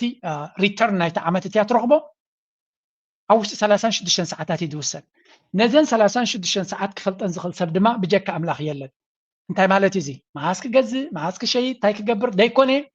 ዝዕውተካ ፖርቶፎሊዮ ሒዝካ በስመ አብ ኢልካ ክትድቅስ ኣለካ ንግሆም ምሸትን እታውን ኮስካ ክትገብራ ትኽእል ረሪኢኻ قرش دي خاين فسخ تقبر 10 قرش دي خاين فسخ تقبر 100 دي خاين فسخ تقبر buy and hold يزبال استراتيجي hold زقبر سب غزيو عقل زقبر سب اب ستوك ماركت يكون اب كريبتو وتصيد دمت نسي نعطي تمرتي بتدقاقامكم يلكم always follows نتوم زعوتو نزوم اب يوتيوب متيوم كندز مليون كسيبان نز 5 غير زبلو زخسر وين نغرخم يوم لك كم زوم قمار زعوت سبات غيركم سروم توم تريدرز انا كم قمارنياتات يزوزو وحدات كابتوب تريدرز بتصبغ نتي جزيه كالكوليت جيرم وتصيد كم تزغلوا له وحدات يزولكم زبز حقني خسريه 10 years جزيه ندحر كام مبزحت جزيه خسريه so what you need to do is تخكلنيا تمرتي تخكلنيا تحساسبا psychological understanding لكل دما بلان ناتكا صبو بورتفوليو حسكا ناي نوح من قد حسكا كتر السعيد لك set it and forget it يوم زبلتهم لبامات لذي نزيوم نتوم سايت ماهركم انفستس جبركم زبكم زلهم مخريو مغنياتو حدا من قد مسجمر كايك كتلو زلكا سايكولوجيكالي ويون سنا امرو نتوصيت ناتكا عبص الوايز قبرلو من البات بجرمن دلهم دما زيا تسفاكتو بكم دخل تخون Liebe Kolleginnen und Kollegen, nichts habe ich davon gehört, was in der Welt passiert, welche Innovationen es gibt, die an Deutschland vorbei stattfinden. Nicht beim Bundeskanzler, nicht beim Wirtschaftsminister, nicht beim Oppositionsführer habe ich gehört, dass in den USA jetzt eine neue kryptofreundliche Politik ins Werk gesetzt wird und dass die USA die Vorteile, die wir auch haben könnten bei Bitcoin, jetzt längst überholen. ሚኒስትር ፋይናንስ ናይ ጀርመን ዝነበረ ሕጂ ኳት መንግስቲ ፈሪሱ ስለ ዘሎ ንባዕሉን ካብቲ ስልጣኑ ዝተሰጎገ በቲ ቻንስለር እንታይ ዝብለ ዘሎ ኤሮፓ ብፍላይ ጀርመን ወላ ሓንቲ ኣብቲ ካልኩሌሽን የለናን ይብሉ ኣለዉ እዚ ዘረባ እዚ ግን ነቶም ሕጂ ዝመፁ ዘሎ መንግስቲ ፅቡቕ መተሓሓዚ ክኾኖም ይኽእል እዩ ኣብ ኣሜሪካ መንግስቲ ናይ ዶናልድ ትራምፕ ንቢትኮይን ስትራቴጂክ ኣሰት ኢሉ ክገዝኦ እናሓሰበ ከሎ ነቲ ክሪፕቶከረንሲ ከስፍሕ ዝኽእል ፖሊሲታት ከታታትው ዝኽእሉ ኣብቲ ካቢነ ናቱ ፍሉይ ቦታታት ክህቦም ከሎ ኣብ ኤሮፓ ብዛዕባ ዝዛረብ ፖለቲከኛ የለን ኣብ ጀርመን ድማ ከም ቴማ እውን ተላዒሉ ይፈልጥን እዩ ክንምንታይ ኣተሓሳስባ ናይ ፖለቲካናትና መራሕትናትና ንኤሮፓ ንጀርመን ከምዘይ ዕውትዋ ካብዚ ኢኻ ትፈልጥ እናበለ ሚኒስትር ፋይናንስ ዝነበረ እዩ ዝዛረብ ዘሎ ኣብቲ ባይቶናቶም እዚ ዓይነት ኮንቨርሴሽን ድማ ነቲ ዝመፅእ ዘሎ መንግስቲ ትክክለኛ ስጉምቲ ንክወስድ ድፊት ይኾነሉ ብሓፈሻ እቲ ክሪፕቶ ዝበሃል ራሽያ ስጉምቲ ትወስድ ኣላ ቻይና ስጉምቲ ትወስድ ኣላ ኣሜሪካ ስጉምቲ ትወስድ ኣላ ኢማራት ስጉምቲ ይወስድ ኣለዉ ካልኦት ሃገራት ድማ ይወስድ ኣለዉ እዚ ድማ ንስኻ ብግልኻ ንስኺ ብግልኺ ትክክለኛ መንገዲ ተኸቲልካ ስጉምቲ እንተወሰድካ ንዓኻን ንስድራኻን ክትጠቀም ትኽእል እዚኣ ብምባል ሕጂ ናብቲ ናይ ዞባና ክንሰግር ክንፍትን ኢና መጀመርያ በዚ ክንጅምር አብይ አሕመድ ለፍ ዘብሎ ዘሎ ኩነታት ንረስከ እርግጠኛ ሆኜ የምነግራችሁ አሁን በኔጌቲቭ ኢነርጂ በፌስቡክ በምናምን እዛም እዚህ የሚተነትን ሰው እየተነተነ ይኖራል እንጂ በፍጹም ኢትዮጵያን የመምራት ስልጣን እድል አያገኝም። ይሄ በእኛ ጊዜ ብቻ አይደለም፣ ወደፊትም ለምን እንደሆነ ታውቃላችሁ? ዱዌል የሚያደርገው ኔጌቲቭ ኢነርጂ ላይ ነው። አብይ አሕመድ ሓደ ሰብ ዝለዓለ ፍርሂ ፈጢሩሉ ከም ዘሎ ብዙሓት እንዲኦም ፍርሂ ፈጢሮምሉ ዘለዉ ግን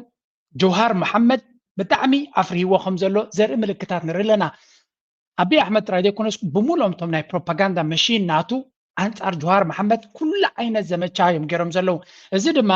ብኩሉ መንገዲ ክንሪኦ ክንፍትን ኢና። መጀመርያ እቲ ኩነታት እቲ መድረክ ረእይዎ ጀውሃር መሐመድ ንአብይ አሕመድ ብትክክል ከመይ ጌር ሃሪሞ ወላ ከርእየኩም እንዴ ቅድሚኡ ግን ክልተ ነጥብታት ተፈፂመን ኣለዋ። ሓደ ኣብቲ ናይ ዓቃብ ሰላም ዝቐነየ ናይ ግብፂ أتمس الحالية وإن شاء الله مصر قررت هذا ግብፂ ንኢትዮጵያ ኢፌክቲቭሊ ካብቲ ናይ ዓቃብ ሰላም ናይ ሶማልያ ዝግበር ዝነበረ ከም ትወፅእ ጌራት ኣላ። እዚ ዲፕሎማቲካሊ ዕልዋ መንግስቲ ናይ ስርዓት ናይ አብይ ኣጋጢሙ ዘሎ ካብ 2006 ክሳብ ሎሚ ኣብ ሶማልያ ዝለዓለ ተራ ዝፃወት ዝነበረ ወታደራዊ ይኹን ፖለቲካዊ ሓይሊ ናይ ኢትዮጵያ ኣብ ውሽጢ ዓመት ኣብ 2024 ዕለት ሓደ ወርሒ ሓደ ብዝጀመሮ ፕሮፓጋንዳ ወይ እውን ሓደ ሕማቕ ሕልሚ ኣፍ ደገ ባሕሪ ብሶማሊላንድ ክገብር ብዝወሰዶ ስጉምቲ ካብ 2006 ክሳብ ሎሚ ዝነበረ ፀብለልትነት ኣብ ውሽጢ ሓንቲ ዓመት ዝዓበየ ውሳኔ ካብ ሶማልያ ፅልዋ ናይ ኢትዮጵያ ተባሕጊጉ ንኽእለ ተወሲኑ ኣሎ። ሶ ኢትዮጵያ is facing multiple setbacks ሓደ ካብቲ ዓቃብ ሰላም ኣብቲ ኣብ ሶማልያ ክኸይድ ዝግበር ዘሎ ተሰጊጉ ከም ዘላ ርኢና ኣለና። ምስጓጓ ሓደ ነገር እዩ። ዓብይ ስጉምቲ እንድዩ ዝንባዕሉ ንኢትዮጵያ ንአብይ አሕመድ ዓብይ ፅፍዒት እንድዩ እዚ ካብኡ ዝገድድ ግን እንታይ እዩ ቦታ ብመን ተተኪሎ በታ ቀዳመይቲ ፀላኢት ናትና እያ ዝብልዋ ግብፂ ልክዕቲ ናይ ሰራዊት ናይ ኢትዮጵያ ዝነበረ ብግብፂ ክትከእ ምዃኑ እዩ። እዚ ከዓ ብዓይኒ ዲፕሎማሲ ብኩሉ መንገዲ ክትሪኦ ከለካ እቲ ዝዓበየ ውጥቀት ነቲ መርሕነት ናይ አብይ አሕመድ እዩ። እዚ ምክንያቱ ካብቲ ቦታ እቲ ሶማልያ ይደልየካን የላ ከተውፃእካ ሓደ እዩ ንዓሎም መን እዮም ካውፅኦም ንሕና ኣብ ሶማልያ ክንፀንሕ ንኽእል ኢና እናበሉ እናተዛረቡ ከለዉ እዮም ዝወፁ ዘለዉ። ሕራይ እቲ ቦታ ናቶም ኢትዮጵያ ሕራይ ኣብ ገለመለ ኢልካ ተውፃእ ትኽእል ኢኻ በታ ኣርክ ራይቫል ወይ እውን ቀንዲ ፀላኢት ናትና ንስግኣት ንውሽጣዊ ሰላምና ይኹን ንፖለቲካዊ ኩነታት ናትና እታ ዝለዓለ ፀላኢት ናትና እያ ዝብልዋ ዘለዉ ግን ካብ ርሑቕ ማዕዶ መፂኣ ኣብ ትሽትሾም ከም ትቕመጥ ዓንዳር ኣካይዳ ናቶም ፈጢርዎ ኣሎ። ሶማልያ ነዚ ገይራ ድማ ነዚ ናይ ሶማልያ ሼክ ሓሰን ኣካይዳ ኢትዮጵያ ብኩሉ ጭዋዳ ናታ ካውንተር ክትገብሮ ጠጠው ንኸተብሎ ዘይምኽኣላ ድማ እንታይ ዘርእየካ ዲፕሎማቲካል ጭዋዳ ናይ ኢትዮጵያ ክንዲ ምንታይ መሬት ዘቢጡ ከም ዘሎ ሓንቲ ተሪፋቶ ዘላ አብይ አሕመድ ዝኾነ ይኹን ሓይሊ መጋበርያ ክገብረኒ ዝደሊ እንተሎ በጃኹም ንዑ እዩ ዝብል ዘሎ ሕጂ ሓንቲ ካብኣተን ድማ ንኤርትራ ከተውድቑ ትደልዩ ሓይልታት ተለኹም ኣነ መጋበርያ ክኾነኩም ይኽእል እየ ዌልካም ኣብ ምባል በፂሑ ከም ዘሎ ዝገልፅ ሓበሬታ ክንርኢ ኢና። እንታይ ዘርእየካ እዚ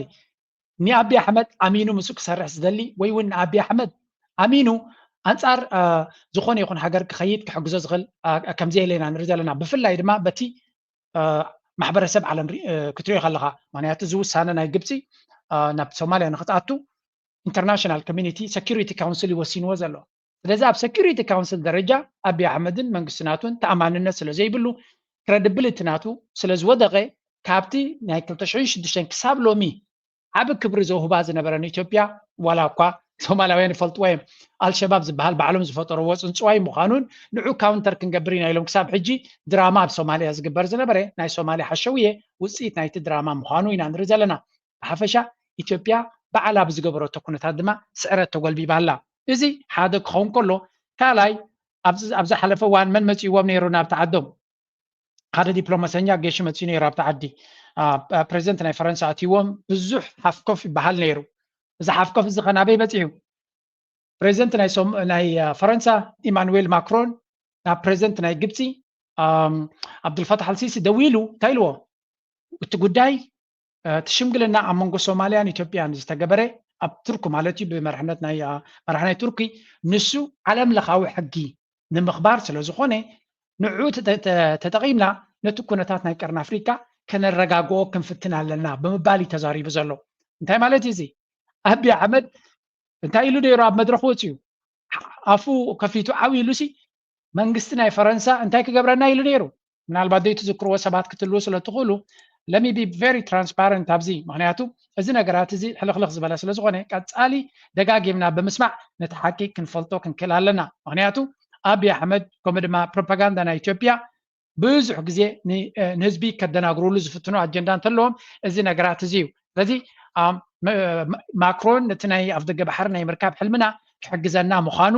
ቃላት ሂልናዩ ብምባል እቶም ናቱ ፕሮፓጋንዲስትስ ድማ ንዑ ተቐቢሎም ለለየ ከብልዎ ቀኒዮም እዮም ነቲ ሚድያ ናይ ዓለም ማምነት አብይ አህመድ ታ ቪዲዮ ይደልያ ወደፊት ኢትዮጵያ ያላት ፍላጎት አብረን ለመስራት የተግባባን ሲሆን ከሁሉ በላይ ግን ኢትዮጵያ በሰላማዊ መንገድ የቀይ ባህርን አክሰስ የማድረግ ፍላጎቷን በዝርዝር ተወያይተናል። ከዚህ ቀደም በተደጋጋሚ እንዳነሳ ነው 130 ሚሊዮን ህዝብ ያላት ሀገር ኢኮኖሚያ በፍጥነት እያደገ ያለች ኩል እዚ ዘረባት ሪቦ ዘለዎም ፕሮፓጋንዳን ሓሶትን ነይሩ ስለዚ ንግብፂ ደዊሉ ኢማኑኤል ማክሮን በቲ ዓለም ለኻዊ ሕጊ ተኸቲላ ኢትዮጵያ ኣፍ ደገ ባሕሪ ክትረክብ እያ እንታይ ማለት ዓለም ለኻዊ ሕጊ ተኸቲላ ጅቡቲ ኸይዳ ክትልምን እያ ጅቡቲ ኸይዶም ክልምኑ ምዃኖም ብወቅዕ ተገሊጹ ጥራይ ዘይኮነ ሓድሽ ሚኒስትር ጉዳያት ወፃኢ ናቶም ኣብ ጅቡቲ ኣትዩ ምስ መዘኑ ተራኺቡ ከም ዘሎ ዝገልጽ ሓበሬታ ሪና ኣለና ስለዚ እንታይ ማለት እዩ ቀደም ብጅቡቲዮም ዝጥቀሙ ነይሮም ሕጂ ድማ ተመሊሶም ብጅቡቲዮም ኣፍ ደገ ባሕሪ ክረኽቡ ዝኽእሉ ካልእ ኣማራፂ የለን ምስ ካልኦት ሃገራት ብሕጋዊ መንገዲ ተረዳድዮም ኣፍ ደገ ባሕሪ ንክረኽቡ ዝኸልከሎም የለን ስለዚ ፈረንሳ እንታይ ክትገብር ትኽእል ኢለኩም ነይራ ኣብዚ ናተይ ብናተይ ትዕዝብቲ ካብ ጅቡቲ ተበጊሱ እዩ ኢማኑኤል ማክሮን ናብ ኢትዮጵያ መፂኡ ነይሩ ስለዚ ምስ ጅቡቲ ዘለዎም ዝምድና መሊሶም ክሕይልዎ ከቀራርቦም እዩ ዝኽእል እምበር ኣንጻር ጅቡቲ ፍሉይ ኣፍ ደገ ባሕሪ ንክረኽቡ ኢማኑኤል ማክሮን ክድግፎም ኣይክእልን እዩ ምክንያቱ ረብሓ ናይ ጅቡቲ ክሕሎ ስለ ዘለዎ ጅቡቲ ድማ ንፈረንሳ ኣዝያ ኣገዳሲት ሃገር እያ ባቤል መንደባባ ስለ ዘሎ ኣብ ኣፍሪካ ድማ ፈረንሳ ብዙሕ ክሳራታት የጋጥማ ስለ ዘሎ ንጅቡቲ ክትከስር ኣይትመርፅን እያ ምስ ኢትዮጵያ ዘለዋ ፅልዋ የብላ ንጅቡቲ ክትከስር ግን ፍጹም ክትመርፅ ኣይትኽእልን እያ ኤግዛክትሊ ተመሊሱ ነቲ ተሓሲምዎ ላዕልን ታሕትን ዝብሎ ዝነበረ ናብ ጅቡቲ ኸይዱ ምስ ጅቡቲ ክሰርሕ ዝኽእል ካብ ወፃኢ ዝኾነ መፍትሒ ከም ዘይረክብ ኢና ንርኢ ዘለና ኦል ዚ ድራማ ንዓመት ምሉእ ኣፍ ደገ ባሕሪ ዶ ከምዚ ዶ 130 ሚሊዮን ኣለና 160 ሚሊዮን ክንከውን ኢና ሓንሳብ ናብ 200 ሚሊዮን ክንዲብ ኢና ናበሉ እዚ ኩሉ ፕሮፓጋንዳ ዝተገበረ ኣብይ ኣሕመድ ኣጀንዳ እዩ ዝጥቀመሉ ነይሩ እምበር ዝኾነ ይኹን መፍትሒ ከምፃ ኣይከኣለን ኣብ መወዳእታ ድማ ተንበርኪኹ ይቕረታ ሓቲቱ ነቲ ኩሉ ዝጥሕሶ ዝነበረ ክእርም ከም ዝኽእል ዝፍትን ዘሎ ናቲንግ ዝኾነ ይኹን ፖዘቲቭ ኣይመፀን ነዚ ድማ መን ይከታተሎ ኣሎ ናይ ኣምሓራ ኤሊት ይከታተልዎ ኣለዉ ናይ ኦሮሞ ኤሊት ይከታተልዎ ኣለዉ ኣብይ ኣሕመድ እንታይ ዓይነት ሰብ ምዃኑ ድማ እቶም ዝቐርብዎ ብፍላይ እቲ ኮር ናቱ ደገፍቲ ናቶም ዝበሃሉ መን እዮም ኦሮሞ እዩ ናይ ኦሮሞ ስኮላር ወይ እውን ሓደ አክቲቪስት ወይ እውን ፖለቲሽያን ጆሃር መሐመድ ሓድሽ ኢንተርቪው ገይሩሉ ሕጂ ካስምዕዎ እማ አባዱላ ወርቅነህና አብይ ነበሩ ለእያንዳንዱ ጥንካሬና ድክመታቸውን እንደድራ አስቀመጠ በዛ መመዘኛ ሁሉም ጥንካሬና ድክመት ነበራቸው ጥንካሬያቸውና ድክመታቸውን ደምረን የተሻለ ውጤት የነበረው ለማ ነበር የኛ ሐሳብ የነበረው ለማ ጠቅላይ ሚኒስትር ሆኖ ገዱ ምክትል ከሄደ የተሻለ ነበር ምክንያቱም የተሻለ ልምድ አላቸው የተሻለ እንታይ ዝብል ዘሎ ኣብይ ኣሕመድ ናብ ስልጣን ክመጽእ ከሎ ካብ ኦሮሞ ብናይ ኦሮሞ ቃልሲ መንእሰያት ቀይሮ ዝበሃሉ ብዝፈጥርዎ ዝነበሩ ጻቕጢ ናብ ስልጣን መጽኡ ወዲ ኦሮሞ ናብቲ ፖለቲካ ክመጽእ ምዃኑ ኢኻ ዝንገር ነይሩ ሶሪ if that is the case እንታይ ክግበር ተባሂሉ ነይሩ ካብቶም ናይ ኦሮሞ ሰብ ሓደ ኣብ ስልጣን ክመጽእ ከም ዘለዎ ይተነጊር ነይሩ ሕጂ መን ይምጻእ ካብ ኦሮሞ ይትሕቶ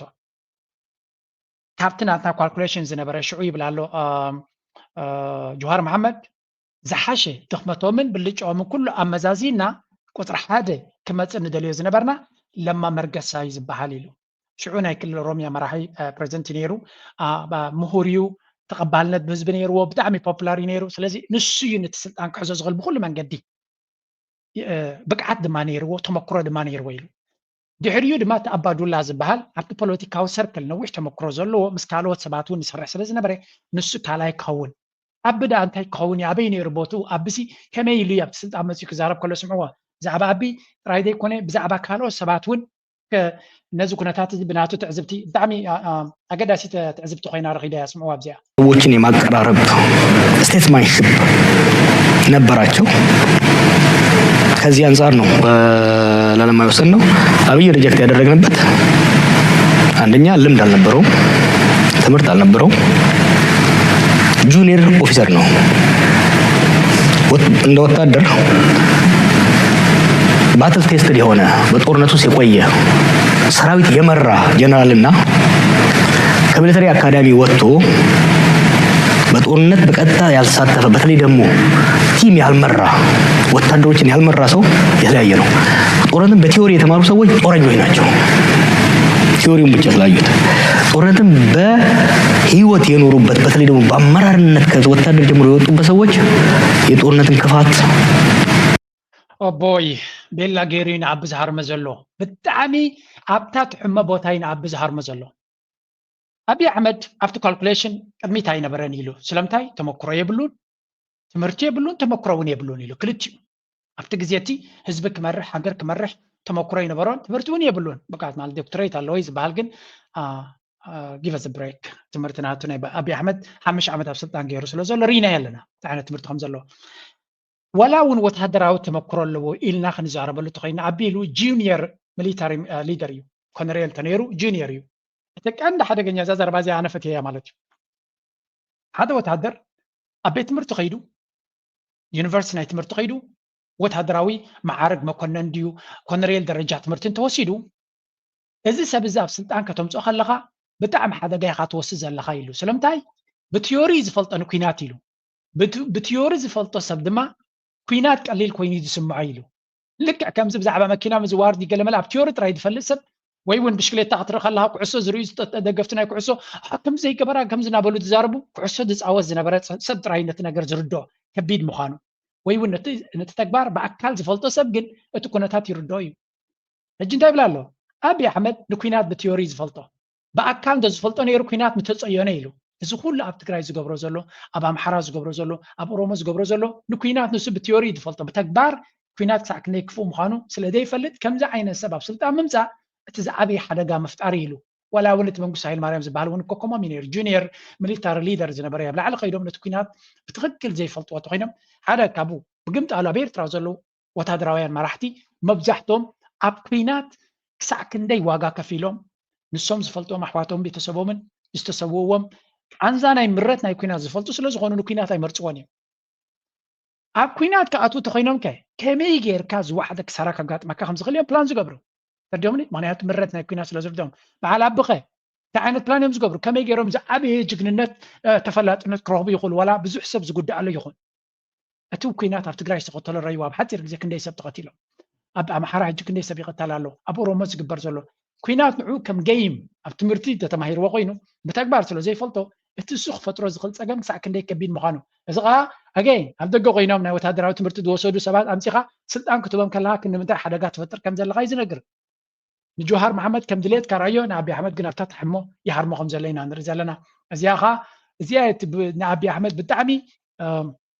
ፍርህ ፈጢሩሉ ዘሎ ምክንያቱ ኤግዛክትሊ ኣብታ ትሕሞ ይሃርሞ ስለ ዘሎ የጦርነትን ምንነት ይረዳሉ። ዩዥዋሊ ትራንዚሽን ላይ ጁኒየር ኦፊሰሮችን ማምጣት በጣም አደጋ አለው። አይደለም በነምበር 1 ኢቭን በአመራር አካባቢ ማቅረብ አደጋ አለው። ሀውክ ይሆናሉ፣ ጦረኛ ነው የሚሆኑት። አንዱ ይሄ ለኛ እንትን ነበረ። ኢንተርቪው ልምቱ አዋራውት ላኩት፣ ሰፋ አድርገን አወራን። የነበረውን የኛን ግምት ኮንፊርም አብይም ማለት ነው yes ኮንፊርም አደረገ እና ከዚህ አንፃር የሱ እንትን መምጣት ከፍተኛ አደጋ እንዳለው አሁን ላይ ምን ሆኗል ለማለት ነው እንጂ አወስ ቴሪፋይድ እሱን ካናገርኩ በኋላ የኦሮሞ ህዝብ የ50 ዓመት ትግል የኢትዮጵያ መታፈንታ ከፍተኛ አደጋ ላይ እንደሚደርስ ተረዳው። ይሄንን ከሚያማክሩኝና አብሬያቸው ከመሰራ ሰዎች ጋር ስንወያይ የባሰ ግሌሪ ሆኖ ታየኝ ለሱ ባለ ስለዚህ እዚ ሰብ እዚ ነቲ ናቱ ተሰማዕነት ዘለዎ ኣብቲ ናይ ኦሮሞ ዝያዳ ክኾን ከሎ ኦሮሞ ድማ ንዓቢ ዕድመ ስልጣኑ ኣብቶም ኦሮሞ እዩ ዝምርኮስ ስለዚ ዋይ ሓደ ኣምሓራ ክሃርሞ ከሎ ويون حدا تولادنا يتغير كحرم خلو أبي أحمد تايزبل كل جزء تا victim mentality كتكامي تايو أوروما سلا زخونة كم زجبرون زلوا نهزب أوروما خافصلت أن مهدام زجبر زلوا كبل خليو بأوروما خمس أخلت متكحتكن مخنيات يبلون سلازي أتمنى سيد ما جوهر محمد يختلوهم يفتوهم حبز حتصير وان مصحف صحيح له اتا مصحفتيا اب كينيا مبرقتان خي جبر الله ابي احمد ناد دغفتناتو يكون قال عنوت كغبرو خمس قولو سلا دفر هيو مبرقتا اب كينيا صاوت تغيرولو مبرقتا خمس جبر الله تغيرو ابي اوروبا متي ولا تلما مرقس زبالو ابي اوروبا يزلو سلازي ابي احمد حدا نجر لك كمتن هو حد زغاطمو حدا موفمنت ينقسقس كم زلو لازم انقسقاس زدما مستجبص اب كبابي تقرب زلا مستقالوت حيلتات انصار كلهم ابت بوتاتات كشفنولو زخلو شعبيا دحين وانت نير قدم شعبيا مسي يلن زخون يكون حيلك كتحنو زخل سلازي يله بتكونتاتا يكوني مدحاني كدلي ابي احمد بقى بزخون من قد غيرو مدحاني كما يغيرو يدلخون قال كابت كدلي زخل زبلو زلو دما ابزون كالوت يزاربولو لو سمسك ما መቀደሳቸውን እናታለን ወታደር መሰረቱ ነው እንዳትል የኢትዮጵያ ወታደር 6 ዓመት ተዋግቷል 6 ዓመት ሲዋጋ መኮንኖችን አጥቷል ኮሎኔሎችን ሻለቆችን ተገለው አልቀዋል በትግራይ ጦርነት ጊዜ አሁንም እየታገለ ነው አሁንም ወታደሩ በጦርነት ላይ ያለው በየቦታው ተሰማርተው አሁን ደግሞ እየፎከሩ ነው ኤርትራንም እንወጋለን የሚለው የውጭ ሀገር አጀንዳ እሱንም ለማስገድ እየሄዱ ነው የኢትዮጵያ መንግስት የውጭ ሀገር አጀንዳ ነው ኤርትራን መውጋት የውጭ ሀገር አጀንዳ ነው ይሄ መታወቅ አለበት አሁንም እየሄዱበት ነው ወታደሩ ግን ደክሞታል በአፈሳ ነው እዚ ብዙሕ ዘረባ ዘድልየ ይኮነን ናይ ኢትዮጵያ ሰራዊት ኣብዚ ሓለፈ 6 ዓመት እንታይ ኣጋጢምዎ ብዛዕባ ኩናት ክጅምር ይኽእል ዶ ገሎ ኸውን በዝብል ዘረባ ክዛረብ ከሎ ወተሃደራዊ ዓቕሚ ናይ ኢትዮጵያ ብዙሕ እንድዮም ዝፍክሩ ትማሊ ኣብ ኤክስፖስት ገይረ ነይረ ሓንቲ ምናልባት ተሪኢኹማ ብዛዕባ እቲ ናይ ለማማ ናይቲ ባጫ ድቤለ ዝበሎ ባጫ ድቤላ ዲ ወላ ደበለ ዝበሎ ምስ ፖስት ምስ ገበርኩ ብዙሕ ብዛዕባ ኢትዮጵያ ዘለዎ ሰራዊት ኣቋማ ይትፈልጦን ኢኻ ማለት እዩ ገለገለ ዝብል ፖስት ብዙሕ ኔጋቲቭ እንዲ ዝፅሓፍ كيتكم سبورت كبرابو انت خيلكم بانجلش لزغنا نت انترناشونال اودينس لنا نغبرو كم لما ابتدرار فور افريكا ونغبرينا بانجلش مالتي نت انترناشونال اودينس كحجز غل بليز حجز ابون معناته زياده سب سمعوا زلوي وي سب كريو زلوي اوكي ናይ ኢትዮጵያ ሰራዊት ኣብዚ ሓለፈ 6 ዓመት እንታይ ኣጋጢሞ ናይ ሕጂ ኩነታት ቁመናናት ክትመዝን ዳር ኮይንካ እንታይ ኣጋጢሞ ክትብል ኢኻ መጀመርያ ብዙሕ ዘረባ የድልየካኒ ሰራዊት ናይታ ሓንቲ ሃገር ንምንታይ ኢኻ ትሰርሑ ነቲ ሃገር ንኸድሕን ምስ ካልኦት ሃገራት ሓይልታት ካብ ደገ ድመፁ ክዋጋ ኢኻ ትገብሮ ነቲ ሃገር ከትሕን 6 ዓመት ሰራዊት ናይ ኢትዮጵያ ውሽጣዊ ኩናት እዩ ዘለዎ ብኻልእ ኣዘራርባ ዜጋታት ናይቲ ሃገር በቲ ሃገራዊ ሰራዊት ይህረሙ ኣለዉ እንታይ ዝፈጥር እዚ መፍትሒ ይኮነን ዝፈጥር ሽግሪ ዝፈጥር እዚ ንኣብነት ትግራይ ክጅምር ከሎ እቲ ኩናት እንታይ ኣጋጢሙ ሰራዊት ናቶም እቲ ሰሜን እዚ ዝበሃል እቲ ዝሓየለ ሰራዊት ናቶም ሕቁኡ ተሰይሩ ፋሕብትን ኣትይዎ ዓበይቲ መራሕቲ ኣብቲ ቅድሚት ን20 ዓመታት 30 ዓመት ዝሰልጠኑ ነቲ ሰራዊት ዝመርሕዎ ዝነበሩ መን እዮም ተጋርዮም ነይሮም ንሳቶም ጠሊሞሞ ሕቁኡ ሰይሮሞ ከም ብሓድሽ ተወዲቡ ንኸይሃርሞም ድማ ኩሉ ዝከኣል ንዓመታት ዝተዳለወሉ እዩ ኩናት ናይ ትግራይ ዘጋጠመቱ ናይ ትግራይ ወታደራዊ ሓይሊ ንዓመታት ፕላን ዝገበረ እዩ ነይሩ ኤግዛክትሊ ኣበይ ክሰብሮ ከም ዝኽእል ፕላን ገይሩ ነይሩ ኣብታ ክሰብሮ ዝኽእል ድማ ሰይርዎ ኣብ ዝደሓነ ሻዕብያ ስለ ዘድሓነ ይሽዑ ከምኡ ድማ ካልኦት ሓይልታት ስለ ዝተጓየዩሉ ድሒኑ ኣሎ ክንብል ንኽእል ኢና ሰራዊት ክሃንፅ ክትፍትን ግን ናይ ዓመታት ስራሕ እዩ ስለዚ አንድ ሕቁ ተሰይሩ ጥራይ ዘይኮነስ ተሓያል ክፋል ናይቲ ሰራዊት አንጻር ሰራዊት ናይ ኢትዮጵያ ተዋጊኡ ስለዚ ትግራይ ተሓያል ቦታ እንተነይሩ ጥፍዓት ናቱ ዝሓየለ እውን እንተነይሩ ትግራይ አንጻር ሰራዊት ኢትዮጵያ ብምጻር ነቲ ሰራዊት ናይ ኢትዮጵያ አንድ ሕቁ ሰይርዎ ክንብል ከለና ቀፂሉ እስከ ደሓን ድሕሪኡ ዝነበረ ካብ 2023 ሃገር ሰራዊት ሃኒፁ ክንብል ንኽእል ኢና ድሕሪኡ ከምስ መን ዋጋ ኣሎ ምስ ኣምሓራ ድማ ትካላይ ዝዓበየ ሰራዊት ናይ ኣካል ናይቲ ህዝቢ እዩ ስለዚ ትውግዝ ዝካየድ ዘሎ ምስ ኣምሓራ እንድሕሪ ኮይኑ በቲ ድማ ምስ ኦሮሞ እንተኮይኑ እቲ ሰራዊት ኣብቲ ውሽጢ ዘሎ ኣሕዋቲ ዝቐትል ዘሎ ሞቲቬሽን የብሉን ስራሕ ስለ ዝኾነ ናብራ ስለ ዝኾነ እዩ ዘሎ ብኻልእ ኣዘራርባ እዚ ሰራዊት እዚ ኣብ ውሽጡ ዝቆንቆነ ምዃኑ በዚኻ ትፈልጥ ሓደ ፀላኢኻ ክሃርመካ ከሎ ኣንፃሩ ትሕርን ኢኻ ሰራዊት ናይ ኢትዮጵያ ግን ኣንፃር መን ይክሕርን ምክንያቱ ኣንፃር ህዝቢ ዝዋጋእ ዘሎ ኤግዛክትሊ እዚ ስለ ዝኾነ ፎልት ናቱ ምስ ዝኾነ ይኹን ሓይሊ ክወዳደር ኣይክእልን እቲ ዝሕዝን ክፋሉ ኸ ኣብ ውሽጢ ሃገሩ ኣብ ኩናት ተፀሚዱ ዘሎ ሰራዊት ንኣልሸባብ ክዋጋ ኢሉ ኣብ ሶማል ዘይከትክኢሉ ኣምባገረይ ኣሻፈረ ይብል ኣሎ ንባዕሉ ግብረ ሽበራ ዘለዎ ኣብ ሓዱ ኣብ ውጊ ኣብ ኩናትን ኣብ ዕግርግርን ዘሎ ኣሽሓት ሰባት ዝመትዎ ዘለዉ ኣብ ሶማልያ ሰላም ርግኣትን ከስፍን ዝኽእል ሓይሊ ብምባል እዩ ታሽሙ ዝገብር ዘሎ ስለዚ ሓደ ሶማላዊ ሎ ንኢትዮጵያ ፕራንክ ካንትሪ ዝብላ ፕራንክ ዝኾነት ሃገር ኣብ ውሽጣ ዘሎ ፀገም ዘይፈትሐሲ ናይ ሶማልያ ሽግር ክፈትሕ ኢላ ክንዲዚ ክትዛረብ ከላስ ኣይገርምን ይብላ ኣሎ ስለዚ እቲ ኩነታት ብወገን ኣምሓራ እንታይ ይመስል ክንርኢና ብኩሉ መንገዲ ክርዮ ስለ ዘለኹ ኣምሓራ እንታይ ይብሉ ኣለዉ አማራ አክቲቪስቶች ወደ ጎን ነው የሚታኮሱት። አሁን ባለው የፖለቲካ አስተሳሰብ ውስጥ ኢትዮጵያዊ ነኝ እያልክ አማራ ልትከላከል አትችልም። መጀመሪያ አማራ ሁን። ሌላ ቀርቶ ቁጥርን እንኳን ራሱን አናሳ አድርጎ ነው የሚያየው የአማራ ፖለቲከኛ። አዝናለሁ። በቁጥር እንኳን ኢትዮጵያ ውስጥ ካሉት ማህበረሰቦች በቁጥር ሁለተኛ ነኝ ብሎ ተቀብሏል። ምንም በሌለ ስታቲስቲክስ ባልተቆጠረ ስለ ቋንቋ ከሆነ እኮ የምታወራው ድፍን ኢትዮጵያ አማርኛ ያወራል። እንዴት ነው ሁለተኛ የሚሆነው? አማራነት ምንድነው ብለህ ነው የምታስበው? አማራነት በሲሪንጅ ነው እንዴ ተከፋፈልከው? ቋንቋ ይዘህ አይደል እንዴ ኦሮሞ አማራ ትግራይ ምናምን ምትለለው ወለጋ ያለው ኦሮሞና አርሲ ያለው ኦሮሞ ይመሳሰላል እነሱን አንድ አርገህ ግን የተለያየ ቦታ ያለውን አማራ የተለያየ አርገህ ለማሰብ ምንድነው ምክንያት ምንድነው ይባክ እንታይ ዝብል ዘሎ ኣብ ኢትዮጵያ ዝተኻየደ ፀገም ምስ ግዜ ክንደይ ገጅፍ ፀገም ከም ዝኾነ በዚ ካትፈልጥ ህዝቢ ምሓራ ካልኣይ በብዝሒ ክበሃል ከሎ ተጋሩ ዝሰርሕዎ ወይ እውን ኢሊት ናይ ተጋሩ ናይ ኦሮሞ ዝሰርሕዎ ዘሎ ድራማን እምበር ህዝቢ ኣምሓራ ካልኣይ ስለ ዝኾነ ይኮነ ብቁፅሪ ይብላ ኣሎ ስለምንታይ ብኸመይ መንገዲ ኢኻ ካልኣይ ኢልካዮ ዝበዝሕ ህዝቢ ኢትዮጵያ ቋንቋ ኣምሓርኛ ይዛረብ እቶም ኦሮሞ ዝበሃሉ ቋንቋኦም ኦሮሞ ስለ ዝኾነ እምበር ባህሎም ሓደ ስለ ዝኾነ ይኮነ እዩ ተጋሩ ዝበሃሉ ቋንቋኦም ትግርኛ ስለ ዝዛረቡ እምበር ራያ ዘሎን ኣብ ኒየው ዘሎ ኣብ ዓድዋ ዘሎን ሓደ ዓይነት ባህሊ ስለ ዘለዎ ይኮነን ኣብ ራያ ዘሎ ምናልባት ካብቲ ካልእ ኒየው ዘሎ ዝፍለ ክኸውን ይኽእል እዩ ብቋንቋ ጥራይ እንድሕር ኮንካ ትዕቅኖ ዘለኻ ኸ ኣምሓርኛ ዝዛረብ ዘይኮነ ኣብ ኢትዮጵያ ዝበዝሐ ኢሉ ስለዚ ከመይ ጌርካ ኸ ኣምሓራይ ዝወሓደ ትብሎ ኢሉ እዚኣ ድማ ደይ መደይላ ዝተሰርሐት ድራማ ምዃና መለስ ዜናዊ ፕሬዚደንት ኢሳያስ ብዙሕ ግዜ ኢሉ ወይ ካብቶም ኣምሓሮ ኣመና ፍርህን ስግኣትን ስለ ዝነበሮ ነቶም ኣምሓራ ንምድኻም ቀዳሞት ከም ዘይኮኑን ዝዓበዩ ከም ዘይኮኑን ብመሬቶም ዝነኣሰ ቀዳማይ ዝዓበየ ከም ዘይከውን ገይሩ መቃቂልዋ ይዝበሃል ቁፅሪ ህዝቦም ድማ ከም ዝንእስ ብስታቲስቲክስ ነቲ ስታቲስቲክስ ሰናኒዕካ ካልኣይ ብዙሕ ከም ዘለዎ ከምኡ ድማ እቲ ህዝቢ እውን ከም ዘይባዛሕ ጌርካ ብዙሕ ድራማታት ኣብ ህዝቢ ኣምሓራ ከም ዝተፈፀመን ምናልባት ኣምሓሮ ምስ ተዓወቱ ነቲ ኩነታት ምስ ተቐየረ ብዙሕ ብኡ ነገር ክወፅእ ከም ዝኽእል ይዝንገር ስለዚ እቲ ህዝቢ ኣምሓራ ዝበሃል ንሓትሕዱ ብሓደ ክሰርሕ ከም ዘይክእል ብዙሕ እዩ ተሰሪሑሉ ዝበሃል ተስዋይ ሕጂ እውን እቲ ፋኖ ዝበሃል ቃልሲ ብሓደ ኮይኑ ነቲ ፀላዩ ክሃርም ዘይክእል ዘሎ ብዙሓት ኣምሓሩ ሕጂ እውን እንተኾነ ምስ ኣቦ ኮይኖም ኣንፃር እቲ ፋኖ ይዋግኡ ኣለዉ እዚኻ እንታይ ዘርእየካ እቲ ኣምሓራ ከም ግንባር ጠጠው ንኽብል ከም ሓደ ህዝቢ ንመሰሉ ጠጠው ክብል ፀገም ፈጢሩሉ ኣሎ ደ ሞመንት እታ ሙሉ ብሙሉ ህዝቢ ኣምሓራ ቀሪብ እዩ ዘሎ እቲ ፀገም ኣብ ሃገሩ ዝወርድ ዘሎ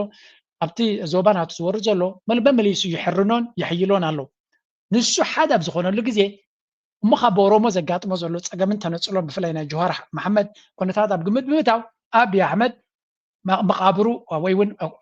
ዓመተ ስልጣኑ እናወሓደ እናኣሰን ክኸይድ ምዃኑ በዚ ኢኻ ትፈልጥ ምናልባት ካልአይቲ ክፋል ካብዛ ናይ ጀዋር መሓመድ ነዚያ ሰሚዕና ክንሰግር ኢና ሽዑ የዚህ ሁሉ ችግሮች የማዕከሉ ማበድ ነው ሁሉም ፖለቲካ የፖለቲካ ማዕከል አለ ማዕከል ስበት አለ the center is no longer holding ምክንያቱም ማዕከሉ ላይ ያለው ሰው ሀገራዊ እይታ የለውም ፒውርሊ ግለሰባዊ አጀንዳ ነው ይዞ እየሄደ ያለው ይሄ በየቦታው የሰዎች መከፋፈልን የድርጅቶች የህዝቦች መከፋፈልን እንደ አድቫንቴጅ ነው የሚያየው ሀገር መከፋፈልን እንደ አድቫንቴጅ ነው የሚያየው ሀገር የማህበረሰቦች ድምር ነች የአንድ ሀገር ክፍል የአንድ ማህበረሰብ ክፍል ሲከፋፈልና ሲጋጭ ሀገር ነው የሚዳከመው አብይ እንደዛ ያየው ታይ ዝብል ዘሎ ብሕፅር ዝበለ ኢትዮጵያ ክትፈራረስ ያ ክበሃል ከሎ ኩንነት ከም ዝኾነ ይዛረብ ዘሎ እቲ ኣብ መንጎ ህዝቢ ዝግበር ዘሎ ግጭት ንዓቢ ስልጣኑ ዘናዊሕ ዝመስሎ ዘሎ ኢሉ ኣብ ሃገር ግን ጫፋት ኩሉ ግዜ ኣለዉ እቲ ማዕከል ዘሎ ግን ሃገራዊ ስምዒት ኣለዎ ዝበፅሐ ሰብ ሃገራዊ ስምዒት ኣለዎ እቲ ሃገር ትቕፅል ኢሉ እቲ ማዕከል ዘሎ ሰብ ሃገራዊ ስምዒት ደይብሉ ሓደ ናቱ ረብሓን ናይ ብሄሩን ናይ ክልሉን ረብሓ ጥራይ ዘገድሰቱ ኮይኑ ሃገር ቡያ ትፈርስ በዚ መለክዕ እዚ ድማ ኢትዮጵያ ኣብቲ ዝለዓለ ናይ ምፍራስ ሓደጋ ዘለያ ብምባል እዩ ናቱ ትዕዝብቲ ደምዲሙ ስለዚ ኢትዮጵያ ዝበሃል እንታይ ዓይነት ሓደጋ ይፅበዮ ከም ዘሎ ምዝራብ ዘድልዮ ኣይኮነን እዛ ኢንተርቪው ናቱ ብጣዕሚ ኣገዳሲት እያ ርኤ ኣገዳስኖ ዘለዎ ጥራይ ዘምፃልኩም ብዙሕ ግዜ ይወስድ እሱ ድማ ግን ቴንኪዩ ኣበቲ ኮይኑ በቲ ብምቕፃል ኣብይ ዓመት ሽግሩ ይውዳእን እዩ تا قرآن أفريقيا أنا بقول زفكروا له إيرلاينز حجر ما بنيجيريا قدر وريدوا له إيرترا منكس إيرترا بتست جبروز نبرة نايسركي يكون ከምኡ ድማ ዝጠፍአ ንብረት ካሕሳ ዘይምሃብ ንብረት ምጥፋእ ገለመለ ብኸምኡ እገዳ ከም ዝገበረትሉ ኤርትራ ድማ ንኢትዮጵያውያን ስለ ዝፀልኡን ሓሳዳት ስለ ዝኾኑ እዮም ቀንዓት ስለ ዝኾኑ እዮም ዝብል ዝነበረ ዘረባ ሕጂ ድማ ናይጀርያ ተመሳሳሊ ስጉምቲ ወሲድሎም ዝሕዝን ትዘገርም ማለት እዩ ናይጀርያ ምስ በሎም ኣይተዛረቡን በቃ ተቐቢሎሞ ኤርትራ ክኸውን ከሎ ግን ክንምንታይ ፅናብ ልዕሊ ኤርትራ ከም ዘለዎም ተጋጊሞም እዮም ዘጉልሑልኩም ዘለው ሓዋት ህዝቢና ገለ ክብሉ ከለዉ ኣጀንዳ ምዃኑ ክትፈልጡ ኣለኩም ኣገይን እቲ ኩነታት መንግስቲ ኤርትራ ዝወሰኖ እቲ ዝበሎ ኩሉ ሓቂ ከም ዝነበረ በዓል ኣመል ኣመሉ ይሓድግ ወደብራ ካህን ይብሉ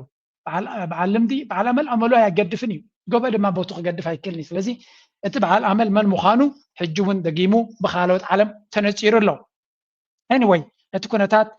ኣከምዚ ስለ ዘሎ ሓንቲ እስከብዚያ ክበኩም ለንቀነ ዝተገበረት ቪድዮ እስከ ስምዕዋ እዚኣ ቀርኒ ኣፍሪቃ ጥራይ ከይተሓፀርና ከዓ ኬንዮ ቀርኒ ኣፍሪቃ ብትገደቦ ኣብ ዓለማዊ መድረኻት እውን ዝነበሩ ፅምዶታት ብድሕሪኡ ከዓ ኣብዚ ሓድሽ ዓመት ምስ ምምፃእ ሓድሽ ምምሕዳር ናይ ኣሜሪካ ክህልው ዝኽእሉ ሲናርዮታት እንታይ ይመስሉ ከዓ ክንርኢ ክንፍትን ኢና ምናልባት ስሌማን ኣብዚ ገዛ ጋሻ ኣይኮነን ነዊሕ ግዜ እውን ስለ ዝፀናሕካ ኤልያስ ካባኻ ክጅምር ካብ ዕለት ሓደ ወርሒ ሓደ 1924 ጀሚርካ ምናልባት ኤርትራ ዝሓወሰ ግደ ናይ ኤርትራ ዝተንፀባረቐሉ ናይ ፅምዶታት ዞባን ኣህጉርን ገንግም ምግንጋም ተትኽእል ወይ ክትግንግም ዕድል ክበካ እሞ እንታይ ይመስል ብኸመይ ምራእኻዮ ናባይድያ ናባኻ ኤልያስ هراي إذا عملت حق عايش بصعوق